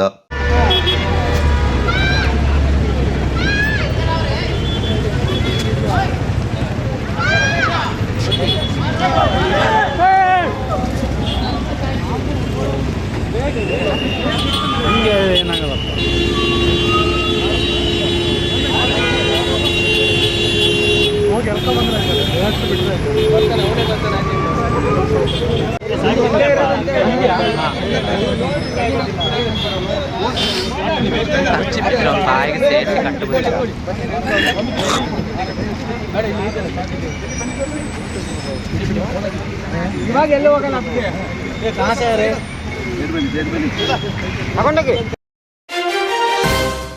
ಸೋಮರ್ಪೇಟೆ ತಾಲೂಕಿನ ನೇರುಗಳಲೆ ಗ್ರಾಮ ಪಂಚಾಯಿತಿಯ ಮಸಗೋಡು ಗ್ರಾಮದಲ್ಲಿ ಹೇಮಂತ್ ಎಂಬುವರಿಗೆ ಸೇರಿದ ಸರ್ವೆ ನಂಬರ್ 24/1 2 ಎಕರೆ 10 ಸೆಂಟು ಜಮೀನು ದೇವರ ಬನ ಆಗಿದೆ. ಇದು ಅರಣ್ಯ ಇಲಾಖೆಗೆ ಒಳಪಡುತ್ತೆ ಅಂತ ಅರಣ್ಯ ಇಲಾಖೆಯವರು ತೆರವಿಗೆ ಮುಂದಾಗಿದ್ರು. ಬೆಳಿಗ್ಗೆ 10:30 ಸುಮಾರಿಗೆ ಎಸ್ಎಫ್ ಗೋಪಾಲ್ ನಿರ್ದೇಶನದಂತೆ ಆರ್ಎಫ್ಒ ಶೈಲೇಂದ್ರ ಅವರ ಮಾರ್ಗದರ್ಶನದಲ್ಲಿ ಸುಮಾರು 20ಕ್ಕೂ ಹೆಚ್ಚು ಅರಣ್ಯ ಸಿಬ್ಬಂದಿಗಳು ಪೊಲೀಸ್ ಬಂದೋಬಸ್ತ್ ಪಡೆದು ಜೆಸಿಬಿ ಮೂಲಕ ತೆರವಿಗೆ ಮುಂದಾಗಿದ್ರು. ವಿಷಯ ತಿಳಿತಾ ಇದ್ದಂತೆ ರೈತ ಸಂಘಟನೆಯ ಮುಖಂಡ ಚಕ್ರವರ್ತಿ ಸುರೇಶ್ ನೇತೃತ್ವದಲ್ಲಿ ತಾಲೂಕು ರೈತ ಸಂಘ ಸೇರಿದಂತೆ ಸುತ್ತಮುತ್ತಲಿನ 80ಕ್ಕೂ ಹೆಚ್ಚು ರೈತರು ಸೇರಿ ಅರಣ್ಯ ಇಲಾಖೆ ವಿರುದ್ಧ ಪ್ರತಿಭಟನೆ ನಡೆಸಿ ಜಮೀನು ತೆರವುಗೊಳಿಸದಂತೆ ಅರಣ್ಯ ಇಲಾಖೆಯವರನ್ನ ತಡೆದರು. ನಂತರ ಅರಣ್ಯ ಇಲಾಖೆ ವಿರುದ್ಧ ಹಾಗೂ ಸರ್ಕಾರದ ವಿರುದ್ಧ ಧಿಕ್ಕಾರ ಕೂಗಿ ನಮ್ಮ ಜಮೀನನ್ನು ಕಸಿದುಕೊಳ್ಳಲು ಬಂದರೆ ಪ್ರಾಣ ಬಿಟ್ಟು ಹೋರಾಡ್ತೇವೆ, 1 ಇಂಚು ಜಾಗ ಬಿಡೋದಿಲ್ಲ ಅಂತ ಕೂಗುತ್ತಾ ಸ್ಥಳಕ್ಕೆ ಎಸಿಎಫ್ ಮತ್ತು ಡಿಎಫ್ಒ ಬರುವಂತೆ ರೈತರು ಒತ್ತಾಯಿಸಿದ್ರು. ಅಧಿಕಾರ ಪೋಸ್ಟ್ ಸಿಕ್ಕಾಗ ಅವ್ನು ದೊಡ್ಡ ಮೆರೆಯೋದು, ದೊಡ್ಡ ಅವನೇ ಸುಪ್ರೀಂ ಅಂತ. ಸುಪ್ರೀಂ ಅಲ್ಲ, ನಮಗೆ ಸುಪ್ರೀಂ ಕೋರ್ಟ್, ನಮ್ಮ ಸಂವಿಧಾನ ಐತೆ, ನಮ್ಮ ಕೋರ್ಟ್ಗಳವೆ ನ್ಯಾಯ ಕೊಡಕ್ಕೆ. ಆಮೇಲೆ ಸರ್ಕಾರ ಐತೆ, ಮುಖ್ಯಮಂತ್ರಿ ಇವರೆಲ್ಲ ಯಾಕಿರೋದು, ಅವರು ಮಾಡ್ತಾರೆ. ಬಟ್ ನೀವೇನು ಅಧಿಕಾರಿಗಳು ನಿಮಗೆ ತೀರ್ಮಾನ ಕೊಟ್ಟಿಲ್ಲ, ನೀವು ಇದೆಲ್ಲ ತೀರ್ಮಾನ ಮಾಡಿ ನಿಮ್ ಕೆಲಸ ಅಲ್ಲ, ಇದು ಮಾಡಕ ಕೋರ್ಟ್ಗಳವೆ. ಅದಕ್ಕಾಗಿ SIT ಮಾಡಿರೋದು. SIT ಏನು, ಅದೊಂದು ಕೋರ್ಟ್ ಇದ್ದಂಗೆ. ಅವ್ರು ಹಿರಂಗ ಮಾಡಿ ಅವ್ರು ನ್ಯಾಯ ಕೊಡಗಂಟ ನೀವು ತಾಳ್ಬೇಕಾಯ್ತು. ನಿಮಗೇನು ಅರ್ಜೆಂಟು, ನೀವೆಲ್ಲ ಡ್ಯೂಟಿ ಬರ್ತೀರಿ. ಎಷ್ಟು ಗಂಟೆ ಬರ್ತೀರಿ ಹೇಳಿ? 10 ಗಂಟೆ 10:30 ಡ್ಯೂಟಿ ಬರ್ತೀರಿ. ಇವತ್ತು 9 ಗಂಟೆಗೆ ಏನು ಅರ್ಜೆಂಟ್ ನಿಮಗೆ? 9 ಗಂಟೆ ನೀವು ಆಫೀಸಿಗೆ ಬರ್ತೀರಿ ಯಾವ್ದಾರ? ಇವತ್ತು ಬರ್ಬೇಕು ಅಂತ ಅಷ್ಟು ಅರ್ಜೆಂಟ್ ಆಗಿ ಅಂದ್ರೆ ನಿಮಗೆ ಬೇಗ ಹೊಡೆದ್ಬಿಡ್ಬೇಕು, ಗೊತ್ತಾಗಬಾರ್ದು ನಿಮಗೆ. ಬೆಳಗ್ಗೆ ಬರೋದ್ರೊಳಗೆ ಮುಗಿಸ್ಬಿಡ್ಬೇಕು ನಿಮ್ಮ ಐಡಿಯಾಸ್ಗಳು. ನೀವೆಲ್ಲ ಆ ಥರ ಪ್ಲಾನ್ ಮಾಡ್ಕೊಂಡು ಇರೋದು ಇದೆಲ್ಲ ಒಳ್ಳೇದಲ್ಲ. ಮತ್ತೆ ನಾವು ರೈತಷ್ಟೇ ಎಲ್ಲರೂ ತಾಳ್ಮೆ ಕೂತ್ಕೊಳ್ಳಿ. ಏನು ನಾವೇನು ದೇಶ ಬಿದ್ದಿಲ್ಲ, ಕೂತ್ಕೊಳ್ಳೋಣ. ಅವ್ರನ್ನೂ ಇಲ್ಲಿ ಕೂರ್ಸೋಣ. ಅವ್ರ ಅಧಿಕಾರಿಗಳು ಬರ್ಲಿ, ಅವ್ರು ಏನ್ ಸಮಸ್ಯೆ ಕೊಡ್ತಾರೆ ಆಮೇಲೆ ನಾವು ಮುಂದುವರ್ಸೋಣ. ಭ್ರಷ್ಟ ಅಧಿಕಾರಿಗಳಿಗೆ, ಭ್ರಷ್ಟ ಅರಣ್ಯ ಅಧಿಕಾರಿಗಳಿಗೆ, ರೈತರನ್ನು ಶೋಷಣೆ ಮಾಡುವ ಭ್ರಷ್ಟ ಅಧಿಕಾರಿಗಳಿಗೆ, ಅರಣ್ಯ ಅಧಿಕಾರಿಗಳಿಗೆ, ರೈತರ ಅನ್ನ ತಿಂದು ರೈತರಿಗೆ ದ್ರೋಹ ಮಾಡುವ ಅರಣ್ಯ ಅಧಿಕಾರಿಗಳಿಗೆ, ರೈತರ ಅನ್ನ ತಿಂದು ರೈತರಿಗೆ ದ್ರೋಹ ಮಾಡುವ ಅರಣ್ಯ ಅಧಿಕಾರಿಗಳಿಗೆ, ಈಶ್ವರ್ ಖಂಡ್ರಿಗೆ ಸರ್ಕಾರಕ್ಕೂ ಧಿಕ್ಕಾರ. ಅಧ್ಯಕ್ಷರಿಗೂ ಸಹ ಹೋಗಿದೆ. ಅರಣ್ಯ ಸಂರಕ್ಷಣಾಧಿಕಾರಿ ಕೊಡಗು ವೃತ್ತ ಕೊಡಗು ಇವರಿಗೂ ಸಹ ಈ ಆದೇಶ ಹೋಗಿದೆ ಸರ್. ಈ ಆದೇಶ ಹೋಗಿದ್ರು ಓವರ್ಲುಕ್ ಮಾಡಿ ಕಾನೂನನ್ನ ತಿರುಚಿ ಅದ ಹೆಂಗ್ ಸರ್ ಅವ್ರು ಆದೇಶ ಮಾಡ್ತಾರೆ? ಕಾನೂನಿಗೆ ಗೌರವನೇ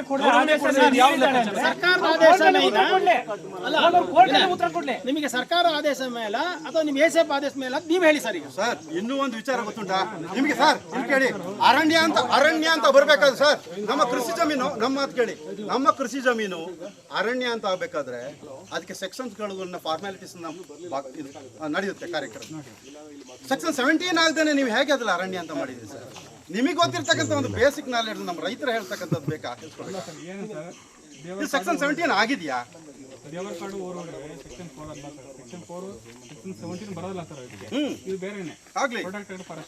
ಆಗ್ಲಿ ರಿಸರ್ವ್ ಫಾರೆಸ್ಟ್ ಬೇರೆ, ಪ್ರೊಟೆಕ್ಟೆಡ್ ಫಾರೆಸ್ಟ್ ಬೇರೆ, ಅದು ಬೇರೆ ಬರ್ತಾರೆ. ಒಂದು 3 ಟೈಮ್ ದೇವರ ಗ್ರಾಮಸ್ಥರಿಗಾಗಿರ್ತಕ್ಕಂಥದ್ದು. ಒಂದ್ ನಿಮಿಷ, ನಮ್ಮ ಗ್ರಾಮದವರಿಗೆ ಫಾರೆಸ್ಟ್ ಮಾಡಿದ್ದು ಯಾವಾಗ ಸರ್? ಅದಕ್ಕಿಂತ ನೀವು ಫಾರೆಸ್ಟ್ ಮಾಡಿ ತಗೊಂಡು ಓದಿ. ಯಾವ ಮಾಡಿ ಅರ್ಜುನ್ ಕಾಲದಲ್ಲಿ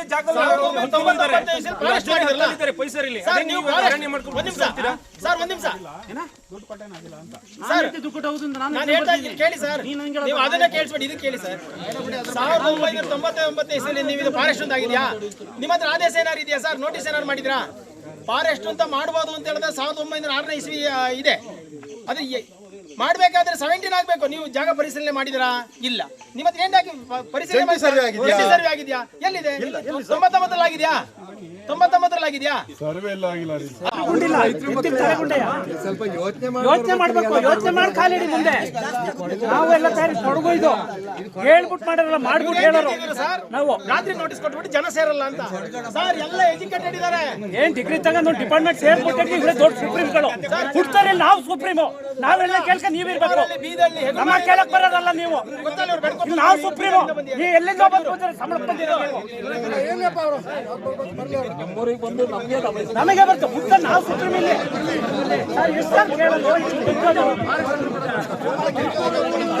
ಗಲಾಟೆ ಮಾಡಕ್ಲ. ನಮ್ಮ ರೈಟ್ಸ್ ನಾವು ಹೇಳ್ತೇವೆ.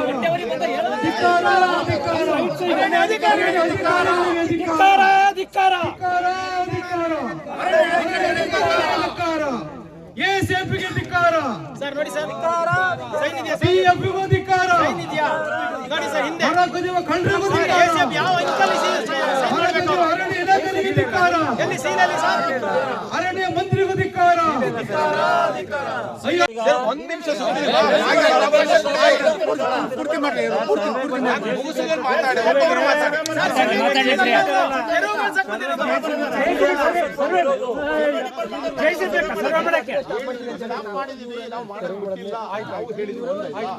ಈಗ ಸರ್ಕಾರ ಏನು ಆದೇಶ ತೋರಿಸಿದೆ, 25/11/2025 ಆದೇಶ ಆಗಿದೆ. ಅದು ನಮ್ಮ ರೈತ ಸಂಘಟನೆಗಳು ಇಂಪಾರ್ಟೆಂಟ್. ಯಾಕಂದರೆ ರೈತ ಸಂಘಟನೆ, ರೈತರು ಅಂತ ಹೇಳಿದ್ರೆ ಮೇಯ್ನು ಬೆನ್ನೆಲುಬು. ನಮ್ಮ ಸರ್ಕಾರದ ಬೆನ್ನೆಲುಬೇ ರೈತರು. ರೈತರಾಗಿರುವಾಗ ನಾವೇನು ಮಾಡಬೇಕು? ಸರ್ಕಾರ ಈಗ ನಿಮ್ಮನ್ನೆಲ್ಲ ಮನವರಿಕೆ ಇಟ್ಕೊಂಡು ಕೆಲಸ ಮಾಡಿದಲ್ವಾ? ಆ ಕೆಲಸಕ್ಕೆ ತಕ್ಕಂತೆ ಈ ಸರ್ಕಾರದ ಆದೇಶ ಮತ್ತು ನಿಮ್ಮ ರೈತ ಸಂಘದಲ್ಲ ಡಿಸೈಡ್ ಆಗಿದ್ರೆ ಅವರು ಸರ್ವೆಗೆ ಬರಬಾರ್ದು ಅಂತ ನಾವು ಅವ್ರಿಗೆ ನಿಮ್ಗೆ ಹೇಳಿಸ್ಬೇಕು.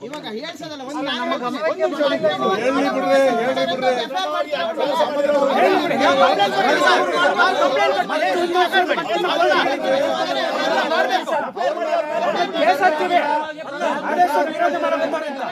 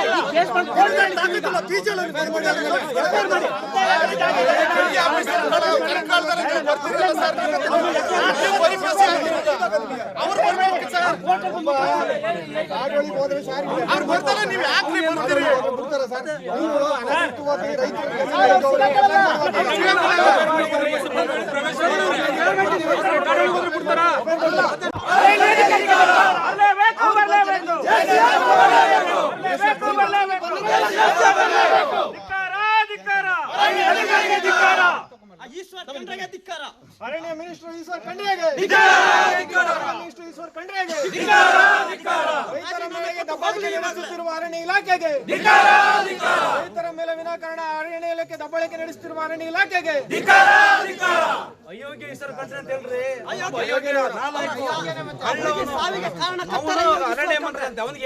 ಹೇಮಂತರವರ ಸ್ವಾಧೀನದಲ್ಲಿರುವಂತಹ ಒಂದು ಭೂಮಿಯನ್ನು ಅರಣ್ಯಾಧಿಕಾರಿಗಳು ತೆರವುಗೊಳಿಸಬೇಕು ಅನ್ನೋ ಉದ್ದೇಶದ ಇಟ್ಟುಕೊಂಡು ಇಲ್ಲಿ ಅರಣ್ಯಾಧಿಕಾರಿಗಳು, ಆರಕ್ಷಕ ಸಿಬ್ಬಂದಿಗಳೆಲ್ಲರೂ ಕೂಡ ಆಗಮಿಸಿದ್ದಾರೆ.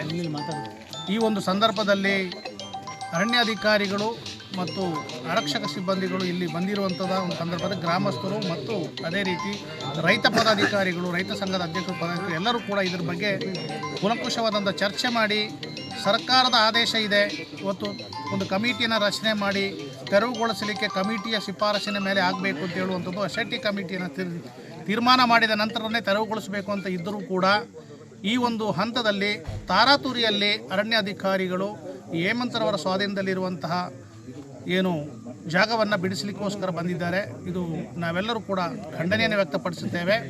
ಇದು ಸಲ್ಲದು. ಆ ಒಂದು ಟಾರ್ಚರ್ನಲ್ಲಿ ಈ ಹೇಮಂತ್ ಅಂತ ಹೇಳುವವರು ಡಿಸ್ಪ್ರಕ್ಷನಿಗೆ ಹೋಗಿದ್ದಾರೆ.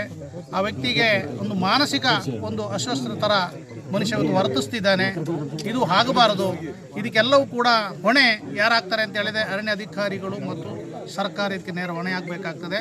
ಇನ್ನು ಮುಂದಕ್ಕೆ ಆದರೂ ಕೂಡ ಸರ್ಕಾರ ರೈತರ ಹಸ್ತದಲ್ಲಿರುವಂತಹ ಭೂಮಿಯನ್ನು ಬಿಡಿಸ್ಕೋಬೇಕಾದರೆ ಕಾನೂನಾತ್ಮಕವಾದ ಹೋರಾಟದ ಮುಖಾಂತರನೇ, ಕಾನೂನಾತ್ಮಕವಾದಂಥ ರಚನೆಯ ಮುಖಾಂತರನೇ ಬಿಡಿಸಬೇಕಾಗ್ತದೆ.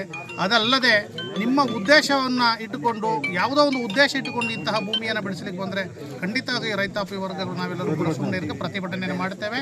ಬೀದಿಗಿಳಿದು ಹೋರಾಟ ಮಾಡಲಿಕ್ಕೂ ಕೂಡ ನಾವು ರೆಡಿ ಇದ್ದೇವೆ. ಹಾಗಾಗಿ ಗ್ರಾಮದ ಹೇಮಂತ್ ಅಂತಕ್ಕಂಥ ಒಬ್ಬ ಸಣ್ಣ ಕೃಷಿಕನ ಮನೆಗೆ ಇವತ್ತು ಜಾಗವನ್ನು ತೆರವಿಗೆ ಅರಣ್ಯ ಇಲಾಖೆ ಅಧಿಕಾರಿಗಳು ಬಂದಿರತಕ್ಕಂಥದ್ದು ಖಂಡನೀಯ. ಯಾಕೆಂತಂದರೆ ಇದು ಮೂಲತಃವಾಗಿ ಇದು ಸಬ್ಜುಡಿಸ್ ಅಂತಕ್ಕಂಥ ಒಂದು ನಾವು ತಗೊಳ್ಬೇಕಾಗ್ತದೆ.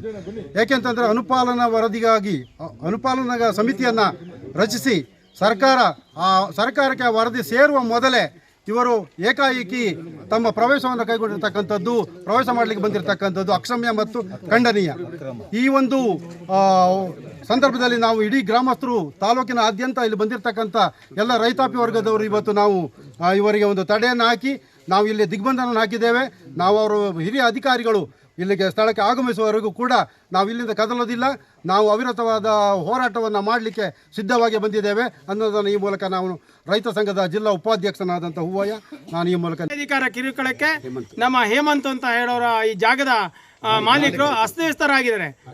ನಾವು ಆಸ್ಪತ್ರೆಯಲ್ಲಾಗಿ ಅವರಿಗೆ ಒಂಥರ ಮೆಂಟಲಿ ಟಾರ್ಚರ್ ಕೊಟ್ಟು ಮೆಂಟಲ್ ಟಾರ್ಚರ್ ಆಗಿದ್ದಾರೆ. ಅವರು ಜೀವ ಕಾಪೆ ಆದ್ರೆ ಸರ್ಕಾರ ಅರಣ್ಯಾಧಿಕಾರಿಗಳನ್ನೇ ಹೊಣೆ ಏನಾರಾದ್ರೆ.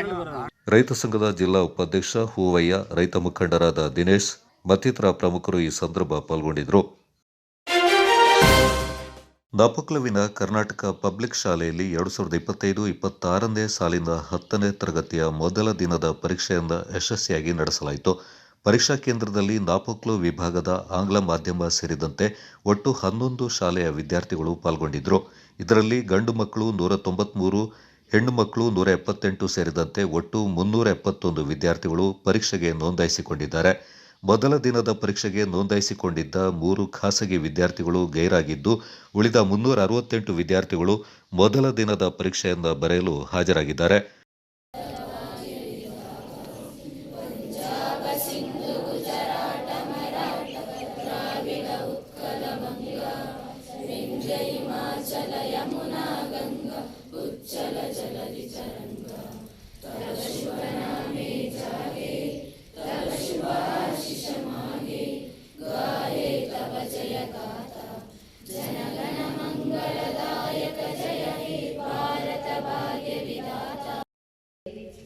ಆಲೋಚನೆ ಮಾಡಿ ಉತ್ತಮ ರೀತಿಯ ಉತ್ತರವನ್ನು ಬರೆದು ಉತ್ತಮ ಫಲಿತಾಂಶ ನಿಮ್ಮದಾಗಿ ನಿಮ್ಮ ಮೂಲಕ ನಮ್ಮೆಲ್ಲ ಶಾಲೆಯ ಹೆಸರು ನಮ್ಮ ಜಿಲ್ಲಾ ಮಟ್ಟದಲ್ಲಿ ಪಸರಿಸಲಿದ್ದ ನಿಮಗೆ ಶುಭವನ್ನು ಹಾರೈಸುತ್ತಾ, ಇಂದು ನಮ್ಮ SDMCಯ ಕಟ್ಟಡಕ್ಕವರು ಬಂದಿದ್ದಾರೆ, ಅವರು ನಿಮಗೆ ಶುಭವನ್ನು ಹಾರೈಸಬೇಕು ಅಂತ ಹೇಳಿ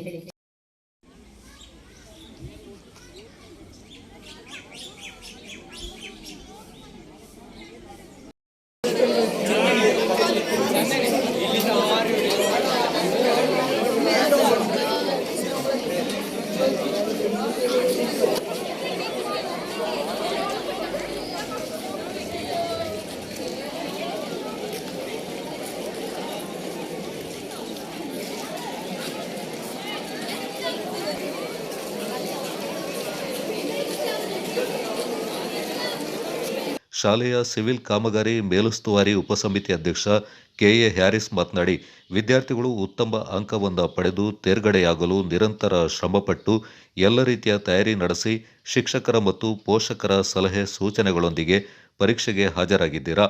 ವಿದ್ಯಾರ್ಥಿಗಳು ಯಾವುದೇ ಭಯ ಆತಂಕ ಪಡದೆ ಉತ್ತಮ ರೀತಿಯಲ್ಲಿ ಪರೀಕ್ಷೆಯಿಂದ ಬರೆದು ಉತ್ತಮ ಅಂಕದೊಂದಿಗೆ ತೇರ್ಗಡೆಯಾಗಿ ತಮ್ಮ ಶಾಲೆಗೂ ಶಿಕ್ಷಕರಿಗೂ ಊರಿಗೂ ಕೀರ್ತಿಯನ್ನ ತರುವುದರೊಂದಿಗೆ ಉತ್ತಮ ಅಂಕ ಪಡೆದು ತೇರ್ಗಡೆಯಾಗಲಿ ಎಂದು ಶುಭ ಹಾರೈಸಿದರು. ಈ ದಿನ ಏನು ವಿದ್ಯಾರ್ಥಿಗಳು ತಮ್ಮ ಭವಿಷ್ಯದ ಅಡಿಪಾಯ ಅಂತ SSLC ಪರೀಕ್ಷೆಯನ್ನು ಬರೆಯಲು ಬಂದಿದ್ದೀರಿ.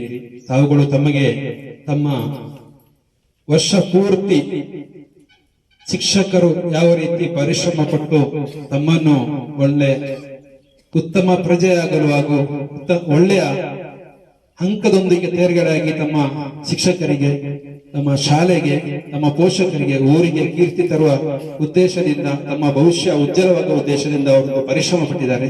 ವಿದ್ಯಾರ್ಥಿಗಳು ಕೂಡ ತಮ್ಮ ಪೋಷಕರು, ಶಿಕ್ಷಕರು ಯಾವ ರೀತಿಯಲ್ಲಿ ತಮಗೆ ಸಲಹೆ ಸೂಚನೆಗಳನ್ನು ಕೊಟ್ಟು ತಾವುಗಳು ಉತ್ತಮ ಅಂಕ ಪಡೆದುಕೊಳ್ಳುವ ನಿಟ್ಟಿನಲ್ಲಿ ಯಾವ ರೀತಿ ನೀವು ತಯಾರಾಗಿರಬೇಕು ಅನ್ನುವಂಥದ್ದು ಕೊಟ್ಟು ಈ ದಿನ ನೀವು ಆ ಪೂರ್ವ ತಯಾರಿಯಲ್ಲಿ ಬಂದಿದ್ದೀರಿ. ವಿದ್ಯಾರ್ಥಿಗಳು ಯಾವುದೇ ಆತಂಕ ಪಡದೆ, ಭಯ ಪಡದೆ, ಯಾವುದೇ ಅವಸರ ಪಡದೆ ನಮ್ಮ ಶಿಕ್ಷಕರು ಯಾವ ರೀತಿ ತಮಗೆ ಸಲಹೆಯನ್ನು ಕೊಟ್ಟಿದ್ದಾರೆ ಆ ನಿಟ್ಟಿನಲ್ಲಿ ಒಳ್ಳೆಯ ರೀತಿಯಲ್ಲಿ ಸಮಾಧಾನದಲ್ಲಿ ತಾವುಗಳು ಪರೀಕ್ಷೆಯನ್ನು ಬರೆದು ತಮ್ಮ ಶಾಲೆಗೂ, ಶಿಕ್ಷಕರಿಗೂ, ಊರಿಗೂ ಒಳ್ಳೆಯ ಅಂಕವನ್ನು ಪಡೆದು ಎಲ್ಲರೂ ಕೂಡ ಒಳ್ಳೆಯ ಅಂಕ ತಗೊಂಡು ತೇರ್ಗಡೆ ಆಗಬೇಕು. ಪರೀಕ್ಷಾ ಕೇಂದ್ರದ ಮುಖ್ಯ ಅಧೀಕ್ಷಕರು ಹಾಗೂ ಶಾಲೆಯ ಪ್ರಭಾರ ಉಪ ಪ್ರಾಂಶುಪಾಲರಾದ MS ಶಿವಣ್ಣ ಅವರು ಮಾತನಾಡಿ, ಶಿಕ್ಷಣ ಇಲಾಖೆಯ ಪೂರ್ವ ತಯಾರಿಯೊಂದಿಗೆ ನಮ್ಮ ಶಾಲೆಯ ಪರೀಕ್ಷಾ ಕೇಂದ್ರದ 17 ಕೊಠಡಿಗಳಲ್ಲಿ ಸಂಪೂರ್ಣ CC ಕ್ಯಾಮೆರಾ ಕಣ್ಗಾವಲಿನೊಂದಿಗೆ ಪರೀಕ್ಷೆ ನಡೆಯಲಿದೆ. ಪರೀಕ್ಷಾ ಕೇಂದ್ರದಲ್ಲಿ 25 ಪರೀಕ್ಷಾ ಮೇಲುಸ್ತುವಾರಿ ಸಿಬ್ಬಂದಿಗಳೊಂದಿಗೆ ಎಲ್ಲ ರೀತಿಯ ಸಕಲ ಸಿದ್ಧತೆಗಳನ್ನು ಮಾಡಿಕೊಂಡಿದ್ದೇವೆ. ಪ್ರತಿ ಕೊಠಡಿಗಳಲ್ಲಿ ಅಳವಡಿಸಲಾದ CC ಕ್ಯಾಮೆರಾದ ನೇರ ದೃಶ್ಯಾವಳಿಗಳನ್ನು ಜಿಲ್ಲಾ ಮತ್ತು ರಾಜ್ಯ ಹಂತದಲ್ಲಿ ಅಧಿಕಾರಿಗಳು ವೀಕ್ಷಣೆ ಮಾಡಬಹುದಾಗಿದೆ.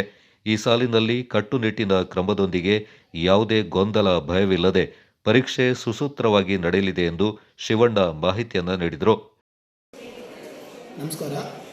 2025-26ನೇ ಸಾಲಿನ ನಮ್ಮ ಸಂಸ್ಥೆಯ ಕೇಂದ್ರದಲ್ಲಿ ಒಟ್ಟು 11 ಶಾಲೆಗಳು ಇಲ್ಲಿ ಪರೀಕ್ಷೆಯನ್ನು ಬರೆದಿದ್ದಾರೆ.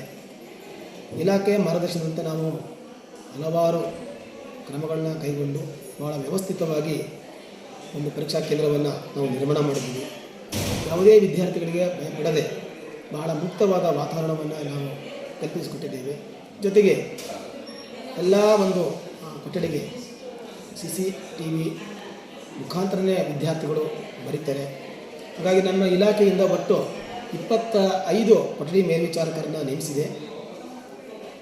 ಅದೇ ರೀತಿ ಮುಖ್ಯ ಅಧೀಕ್ಷಕರು, ಉಪಮುಖ್ಯ ಅಧೀಕ್ಷಕರು ಹಾಗೂ ಪ್ರಶ್ನೆ ಪತ್ರಿಕೆಯ ಅಭಿರಕ್ಷಕರು ಹಾಗೂ ಪೊಲೀಸ್ ಸಿಬ್ಬಂದಿಯೊಂದಿಗೆ ಇಲಾಖೆ ಬಹಳ ವ್ಯವಸ್ಥಿತವಾಗಿ ಈ ಒಂದು ಕಾರ್ಯವನ್ನು ಮಾಡಿದೆ. ನಮ್ಮ ಒಂದು ಕೇಂದ್ರದಲ್ಲಿ ಕನ್ನಡ ಭಾಷೆಯಲ್ಲಿ ಇವತ್ತು 356 ವಿದ್ಯಾರ್ಥಿಗಳು ಪ್ರಥಮ ಭಾಷೆಯಲ್ಲಿ ಬರೆತಿದ್ದಾರೆ. ಅದೇ ಥರ ಪ್ರಥಮ ಭಾಷೆ ಇಂಗ್ಲೀಷ್ನಲ್ಲಿ ಎಕ್ಸೆಲ್ ಶಾಲೆಯ ವಿದ್ಯಾರ್ಥಿಗಳು 15 ವಿದ್ಯಾರ್ಥಿಗಳು ಬರೆತಿದ್ದಾರೆ. ಹಾಗಾಗಿ ಒಟ್ಟಾರೆ ನಮ್ಮ ಒಂದು ಸೆಂಟರ್ನಲ್ಲಿ ಯಾವುದೇ ಒಂದು ಅವ್ಯವಹಾರ ಅಥವಾ ಅಕ್ರಮ ನಡೆದಿರಂಗೆ ಬಹಳ ಮುಂಜಾಗ್ರತಾ ಕ್ರಮವಾಗಿ ನಾವು ವ್ಯವಸ್ಥಿತವಾಗಿ ಈ ಪರೀಕ್ಷೆಯನ್ನು ನಡೆಸಲಿಕ್ಕೆ ಎಲ್ಲ ತಯಾರಿಗಳನ್ನ ಮಾಡಿದ್ದೀವಿ. ಹಾಗಾಗಿ ಎಲ್ಲ ವಿದ್ಯಾರ್ಥಿಗಳಿಗೆ ಭಯವಿಲ್ಲದೆ ಪರೀಕ್ಷೆಯನ್ನು ಹಬ್ಬದಂತೆ ಅವರು ಪರೀಕ್ಷೆಯನ್ನು ಬರೀಲಿ ಅಂತ ಶುಭ ಹಾರೈಕೆಗಳನ್ನ ಹೇಳಲಿಕ್ಕೆ ಇಷ್ಟಪಡ್ತೀನಿ. ಪರೀಕ್ಷಾ ಕೇಂದ್ರದ ಉಪ ಅಧೀಕ್ಷಕಿ ಕೆಬಿ ಉಷಾರಾಣಿ, ಪರೀಕ್ಷಾ ಕೇಂದ್ರದ ಪ್ರಶ್ನೆ ಪತ್ರಿಕೆ ಕಸ್ಟೋಡಿಯನ್ ಸಿಎಸ್ ಸುರೇಶ್, ಮೊಬೈಲ್ ಸ್ವಾಧೀನಾಧಿಕಾರಿ ಯತೀಶ್ ಕುಮಾರ್, ಸ್ಥಾನಿಕ ಜಾಗೃತ ದಳದ ಗಾರ್ಡ್ವಿನ್ ರೊನಾಲ್ಡೋ ಸೇರಿದಂತೆ ಪರೀಕ್ಷಾ ಕೇಂದ್ರಕ್ಕೆ ನಿಯೋಜನೆ ಮಾಡಲಾದ ಎಲ್ಲ ಶಿಕ್ಷಕ ವೃಂದದವರು ಮತ್ತಿತರರು ಈ ಸಂದರ್ಭ ಪಾಲ್ಗೊಂಡಿದ್ದರು. ನಿಮ್ಮ ನೋಂದಣಿ ಸಂಖ್ಯೆ ರಿಜಿಸ್ಟರ್ ನಂಬರ್ ಅನ್ನ ಸಮಾಧಾನದಿಂದ ಬರೆಯಿರಿ. ಚಿತ್ತು ಮಾಡಲಿಕ್ಕೆ ಹೋಗಬೇಡಿ ಯಾವುದೇ ಕಾರಣಕ್ಕೂ ಕೂಡ. ಯಾಕೆ ಅಂತ ಹೇಳಿದ್ರೆ ಹಲವಷ್ಟು ಚಿತ್ತುಗಳಿಲ್ಲಿ ಆದಾಗ ನಮಗೆ ಸಮಸ್ಯೆ. ಕೊಠಡಿಯಲ್ಲಿ ಯಾವ ಶಿಕ್ಷಕರು ಇರ್ತಾರೆ, ನಿಮಗೆ ಏನಾದ್ರೂ ಅನುಮಾನ ಬಂದ್ರೆ ಅವರನ್ನು ಒಮ್ಮೆ ಕೇಳಿಕೊಂಡು ಸ್ಪಷ್ಟವಾಗಿ ಬರೆಯಿರಿ. ಆನಂತರ ಉತ್ತರ ಬರೀಲಿಕ್ಕೆ ಪ್ರಾರಂಭ ಮಾಡಿ. ನಿಮಗೆ ಯಾರು ಕೂಡ ಅಲ್ಲಿ ಉತ್ತರ ಬರೆಯಿರಿ ಅಂತ ಬಂದು ಹೇಳುವಷ್ಟು ಕಾಯಬೇಡಿ. ಕೆಳಗೆ 2 ಕೊಠಡಿ ಇದೆ, 16 ಮತ್ತು 17. ಅಲ್ಲಿ ಶಿಕ್ಷಕರು ಇಲ್ಲಿಂದ ಬೆಲ್ ಕೇಳಲ್ಲ. ಶಿಕ್ಷಕರೇ ನಿಮಗೆ 10 ಗಂಟೆ. Kodagu channel news, Zakariya ನಾಪಕ್ಲೋ. Africa ಖಂಡದ ಟಾಂಜಾನಿಯಲ್ಲಿರುವ ಅತ್ಯಂತ ಎತ್ತರದ ಕಿಲಿಮಂಜಾರೋ ಪರ್ವತವನ್ನು ಏರೋ ಮೂಲಕ ಗೋಣಿಕೊಪ್ಪದ ನಿವಾಸಿ ಬಹುದೊಡ್ಡ ಸಾಧನೆ ಮಾಡಿ ಪ್ರಪಂಚದಾದ್ಯಂತ ಗಮನ ಸೆಳೆದಿದ್ದಾರೆ. ಗೋಣಿಕೊಪ್ಪ ಗ್ರಾಮ ಪಂಚಾಯಿತಿ ವ್ಯಾಪ್ತಿಯ ಉಮಾಮಹೇಶ್ವರಿ ಬಡಾವಣೆಯ 1ನೇ ವಿಭಾಗದ ನಿವಾಸಿ ನೀತು ಚಂದನ್ ಈ ಸಾಧನೆ ಮಾಡಿದ್ದಾರೆ. ಕಿಲಿಮಂಜಾರೋ ಪರ್ವತ ಹಿಮದಿಂದ ಆವೃತವಾದ ಶಿಖರವನ್ನು ಹೊಂದಿದೆ. ಈ ಪರ್ವತವನ್ನು ನೀತು ಚಂದನ್ ತಮ್ಮ 43ನೇ ವಯಸ್ಸಿನಲ್ಲಿ 5756 ಮೀಟರ್ಗಳನ್ನು ಏರುವ ಮೂಲಕ ಗಮನ ಸೆಳೆದಿದ್ದಾರೆ. ಲಿಮೋಶೋ ಮಾರ್ಗದ ಮೂಲಕ ತಮ್ಮ 12 ಜನರ ಸದಸ್ಯರ ತಂಡದೊಂದಿಗೆ ಸುಮಾರು 5 ದಿನಗಳಲ್ಲಿ ಪರ್ವತವನ್ನ ಏರುವ ಮತ್ತು 2 ದಿನಗಳಲ್ಲಿ ಇಳಿಯುವ ಮೂಲಕ ಸಾಧನೆ ಮಾಡಿದ್ದಾರೆ. ಗೋಣಿಕೊಪ್ಪದ ಚಿನ್ನದ ಮಳಿಗೆಯ ಮಾಲೀಕ ಎಂಜಿ ಮೋಹನ್ ಮತ್ತು ಸುನಂದ ಅವರ ಪುತ್ರಿಯಾಗಿದ್ದಾರೆ. ಕೂರ್ಗ್ ಕ್ರಿಕೆಟ್ ಫೌಂಡೇಶನ್ ವತಿಯಿಂದ 3ನೇ ಆವೃತ್ತಿಯ Kodava leather ball cricket league April 10ರಿಂದ 15 ದಿನಗಳವರೆಗೆ T20 ಮಾದರಿಯಲ್ಲಿ ಗೋಣಿಕೊಪ್ಪ ಕಾವೇರಿ ಕಾಲೇಜು ಮೈದಾನದಲ್ಲಿ ಆಯೋಜನೆ ಮಾಡಲಾಗಿದೆ.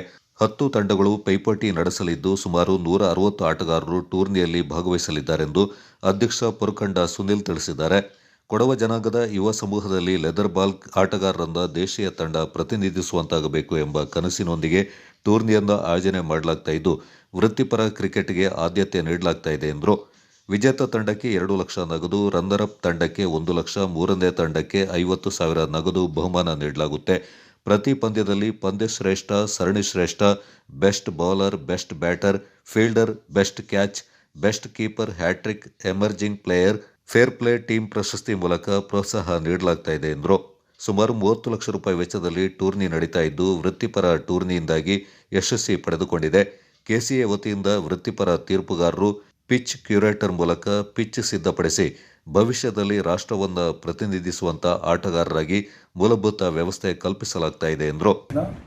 ಮ್ಯಾಚ್ಗೆ ಚೆನ್ನಾಗಿ ಆಡಿದಂಥ ಒಬ್ಬ ಪ್ಲೇಯರ್ಗೆ man of the match trophy ಮತ್ತು ಆಕರ್ಷಕ ನಗದು, ಗೆದ್ದವರಿಗೆ ಮೊದಲನೇ ಬಹುಮಾನ ಕೂಡಿ 2 ಲಕ್ಷ, ಸೆಕೆಂಡ್ ರನ್ನರ್ಗೆ 1 ಲಕ್ಷ ಮತ್ತು 3ನೇ ಪ್ಲೇಸ್ಗೆ 50,000 ಅಲ್ಲದೆ ಸುಮಾರು ಅತ್ಯಾಕರ್ಷಕ ಬಹುಮಾನ ನಗದು ಕೊಡಲಿದ್ದೇವೆ ಮಕ್ಕಳನ್ನು ಉತ್ತೇಜನ ಮಾಡಲಿಕ್ಕೆ.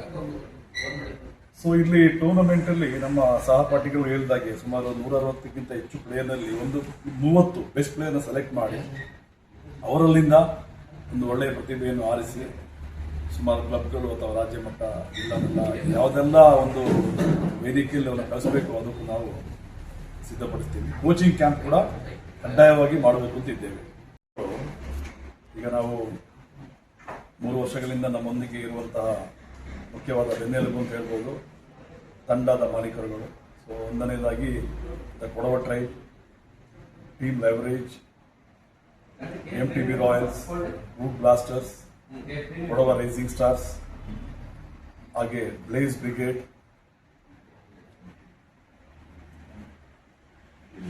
MTB ರಾಯಲ್ಸ್ ಅದೇ ಹೇಳಿದ ಹಾಗೆ, ಮತ್ತೆ ಕೊಡವ ವಾರಿಯರ್ಸ್, ಈಗ ಸುಮಾರು ತಂಡಗಳು ಭಾಗವಹಿಸಲಿದೆ. ಸೊ ಅದೆಲ್ಲ ನಾವು ಮಾಧ್ಯಮದೊಂದಿಗೆ ಹಂಚ್ಕೊಳ್ತೇವೆ. ಅಂತ ಹೇಳಿದ್ರೆ ಮಕ್ಕಳನ್ನ ರಾಷ್ಟ್ರೀಯ ಮಟ್ಟದ ತರಬೇತಿ ಮುಖಾಂತರ ನಾವು ಇದನ್ನು ಪರಿಚಯಿಸಲಿಕ್ಕೆ, ಮಕ್ಕಳಿಗೆ ಒಂದು ಪ್ಲಾಟ್ಫಾರ್ಮ್ ರೆಡಿ ಮಾಡೋದಕ್ಕೆ ರೂಲ್ಸ್ ಆ್ಯಂಡ್ ರೆಗ್ಯುಲೇಷನ್ನ ಕೂಡ ನಾವು KCA ರಿಜಿಸ್ಟರ್ಡ್ ಅಫೇರ್ಸ್ಗಳನ್ನ ಕೂಡ ನಾವು ಇಲ್ಲಿಗೆ ಪರಿಚಯಿಸ್ತಾ ಇದ್ದೀವಿ. ಎಲ್ಲೂ ಕೂಡ ಲೋಪ ಬರದಾಗೆ ರೂಲ್ಸ್ ಬೇಸಿಕ್ ತಳಮಟ್ಟದಿಂದನೇ ಮಕ್ಕಳಿಗೆ ಸಿಗುವಂತಾಗಬೇಕು ಅಂತ ಹೇಳೋ ಉದ್ದೇಶದಿಂದ ಈ ಒಂದು ಟೂರ್ನಮೆಂಟನ್ನು ನಾವು ವರ್ಲ್ಡ್ ವೈಡ್ ಟೆಲಿಕಾಸ್ಟ್ ಮಾಡುವಂಥ ಮುಖಾಂತರ ಯೂಟ್ಯೂಬ್ ಲೈವ್ ಕೊಡ್ತಾ ಇದ್ದೀವಿ. ಎಲ್ಲರೂ ಕೂಡ ಇದರಲ್ಲಿ ನಮ್ಮ ಈ ನೆಕ್ಸ್ಟ್ ಬರುವಂಥ ಈ ಟೂರ್ನಮೆಂಟ್ಗೆ ಬರೀ ನಮ್ಮ ಕೊಡವ ಕಮ್ಯುನಿಟಿ ಅಂತಲ್ಲ, ಪ್ರತಿ ಸಮುದಾಯದವರು ಬಂದು ಪಂದ್ಯವನ್ನು ವೀಕ್ಷಣೆ ಮಾಡಬಹುದು ನಮ್ಮ ಕಾವೇರಿ ಕಾಲೇಜು ಮೈದಾನದಲ್ಲಿ ಅಂತ ಹೇಳುವಂಥ ವಿಷಯನ ಕೂಡ ನಾವು ತಿಳಿಸ್ಲಿಕ್ಕೆ ನಮಗೆ ಸಂತೋಷ ಆಗ್ತದೆ. ರಾಜ್ಯ ಪ್ರಕ್ರಿಯೆ ಬಿಡ್ಡಿಂಗ್ ಆಕ್ಷನ್ ಇದೆಲ್ಲ ಭಾಳ ಚೆನ್ನಾಗಿ ಭಾಳ ಯೋಜನಾಬದ್ಧವಾಗಿ ನಡೆದಿದೆ. ಅದರಲ್ಲಿ 160 ಮಕ್ಕಳು ಪಾರ್ಟಿಸಿಪೇಟ್ ಮಾಡಿ ಎಲ್ಲರೂ ಬಿಡ್ಡಿಂಗಲ್ಲಿ 10 ಫ್ರಾಂಚೈಸಿಗಳು ಅವ್ರನ್ನೆಲ್ಲ ಒಂದು ಬಿಡ್ಡಿಂಗ್ ಮುಖಾಂತರ ಎಲ್ಲ ತೆಗೆದುಕೊಂಡಿದ್ದಾರೆ. ಸೊ ಇದರ ಪೂರ್ವ ಸಿದ್ಧತೆಯಾಗಿ ನಾವೀಗ ನೆಕ್ಸ್ಟ್ ಕಾವೇರಿ ಕಾಲೇಜು ಮೈದಾನದಲ್ಲಿ ಪಿಚ್ ರೆಡಿ ಮಾಡುವಂಥ ಒಂದು ಪ್ರಕ್ರಿಯೆ ಕೂಡ ಸದ್ಯದಲ್ಲೇ ಪ್ರಾರಂಭ ಆಗ್ತದೆ. ಸೊ ಇದು ನಮ್ಮ ಒಟ್ಟು ಟೂರ್ನಮೆಂಟ್ನ ಸಾರಾಂಶ. ಶನಿವಾರ ಸಂತೆ ಸಮೀಪದ ಚಿಕ್ಕ ಕೊಳತ್ತೂರು ಗ್ರಾಮದ ಉದ್ಭವ ಬಾವಿ ಬಸವಣ್ಣ ಪೂಜಾ ಕಾರ್ಯಕ್ರಮವು ಪ್ರತಿ ವರ್ಷದಂತೆ ಈ ಬಾರಿ ಕೂಡ ಅತ್ಯಂತ ಹೆಚ್ಚಿನ ಭಕ್ತಾದಿಗಳ ಸಮ್ಮುಖದಲ್ಲಿ ಸೋಮವಾರದಂದು ಧಾರ್ಮಿಕ ಶ್ರದ್ಧಾಭಕ್ತಿಯಿಂದ ವಿಜೃಂಭಣೆಯಿಂದ ನೆರವೇರಿತು. ಶನಿವಾರ ಸಂತೆ ಸುತ್ತಮುತ್ತಲಿಂದ ಹೆಚ್ಚಿನ ಸಂಖ್ಯೆಯಲ್ಲಿ ಭಕ್ತಾದಿಗಳು ಇಲ್ಲಿಗೆ ಆಗಮಿಸಿದ್ರು. ಈ ಬಾರಿ ಶನಿವಾರ ಸಂತೆ ಎಸಳೂರು ಸುತ್ತಮುತ್ತಲಿದ್ದ ಹಲವಾರು ಗ್ರಾಮದ ಸಾವಿರಾರು ಭಕ್ತಾದಿಗಳು ಪಾಲ್ಗೊಂಡಿದ್ರು. ಪ್ರತಿ ವರ್ಷ ಈ ಪೂಜಾ ಕಾರ್ಯಕ್ರಮವನ್ನು ಬಹಳ ಧಾರ್ಮಿಕ ಶ್ರದ್ಧೆಯಿಂದ ಆಚರಣೆ ಮಾಡಲಾಗ್ತಾ ಇದೆ. ಇಲ್ಲಿಯ ಕಲ್ಯಾಣಿಯಲ್ಲಿ ವರ್ಷಂಪೂರ್ತಿ ನೀರು ತುಂಬಿರುತ್ತೆ. ಕಳೆದ ಬಾರಿ ಮಳೆ ಕಡಿಮೆಯಾಗಿ ಹಲವೆಡೆ ಕೆರೆಕಟ್ಟೆ ಬಾವಿಗಳು ಬತ್ತಿದ್ರೂ ಕೂಡ ಇಲ್ಲಿಯ ಕಲ್ಯಾಣಿಯಲ್ಲಿ ನೀರು ಪ್ರತಿ ವರ್ಷದಂತೆ ಹಾಗೇನೇ ಇದೆ. ಇಲ್ಲಿ ಉದ್ಭವ ಬಸವಣ್ಣನ ಮೂರ್ತಿಯಿಂದ ಹರಿದು ಬರೋ ಜಲ ಕಲ್ಯಾಣಿಯನ್ನ ಸೇರುತ್ತೆ ಮತ್ತು ಅಲ್ಲಿಂದ ಮುಂದೆ ಚಿಕ್ಕದಾದ ಕೊಳವೊಂದ ಸೇರುತ್ತೆ. ಎಷ್ಟೇ ಬರಗಾಲ ಬಂದರೂ ಈ ಕಲ್ಯಾಣಿಯಾಗಲಿ ಕೊಳವಾಗಲಿ ಬತ್ತೋದಿಲ್ಲ. ಅಂತೆಯೇ ಎಷ್ಟೇ ಪ್ರವಾಹ ಬಂದರೂ ಈ ಕಲ್ಯಾಣಿ ಮತ್ತು ಕೊಳಗಳು ತುಂಬಿ ಹರಿಯೋದಿಲ್ಲ. ಯಾವಾಗಲೂ ಒಂದೇ ರೀತಿಯಲ್ಲಿ ಒಂದೇ ಸಮನಾದ ನೀರು ಇಲ್ಲಿ ಕಂಡುಬರುತ್ತೆ. ಕಲ್ಯಾಣಿಗೆ ಪ್ರತಿ ವರ್ಷ ಆಗಮಿಸುವ ಭಕ್ತರು ಹಾಕುವ ನಾಣ್ಯಗಳನ್ನು ಮುಂದಿನ ವರ್ಷದ ಪೂಜಾ ಕಾರ್ಯಕ್ರಮಕ್ಕೆ ಬಳಸಿಕೊಳ್ಳಲಾಗುತ್ತೆ. ಗ್ರಾಮ ವ್ಯಾಪ್ತಿಯ ಜಾನುವಾರುಗಳಿಂದ ಈ ಬಾವಿ ಬಸವಣ್ಣ ರಕ್ಷಿಸ್ತಾನೆ ಎಂಬ ಪ್ರತೀತಿ ಇದೆ. ಪೂಜಾ ದಿನದಂದು ಗ್ರಾಮದ ಮನೆಗಳಿಂದ ಅಕ್ಕಿ, ಬೆಲ್ಲ, ತರಕಾರಿ, ತೆಂಗಿನಕಾಯಿಯಿಂದ ಪ್ರಸಾದ ತಯಾರಿಕೆಗೆ ನೀಡಲಾಗುತ್ತೆ. ಹರಕೆ ಹೊತ್ತು ಈಡೇರಿದವರು ತೆಂಗಿನಕಾಯಿಯನ್ನು ಹೊಡೆಯುವುದು ಇಲ್ಲಿನ ವಿಶೇಷ. ಕೆಲವರು 101 ತೆಂಗಿನಕಾಯಿವರೆಗೆ ಕೂಡ ಹೊಡೆಯುತ್ತಾರೆ. ಅಲ್ಲದೆ ಎಳೆಯ ಮಕ್ಕಳ ಮುಡಿ ತೆಗೆಯುವ ಕಾರ್ಯವನ್ನು ಶಾಸ್ತ್ರೋಕ್ತವಾಗಿ ಹರಕೆ ರೂಪದಲ್ಲಿ ಇಲ್ಲಿ ಮಾಡಲಾಗುತ್ತೆ. ಈ ಗ್ರಾಮದಿಂದ ಮದುವೆಯಾಗಿ ಹೊರ ಊರುಗಳಿಗೆ ಹೋದ ಹೆಣ್ಣು ಮಕ್ಕಳು ಕೂಡ ಪೂಜಾ ದಿನದಂದು ತವರಿಗೆ ಆಗಮಿಸಿ ಈ ಪೂಜಾ ಕಾರ್ಯಕ್ರಮದಲ್ಲಿ ಪಾಲ್ಗೊಳ್ಳುವುದು ವಿಶೇಷ ಆಚರಣೆಯಾಗಿದೆ.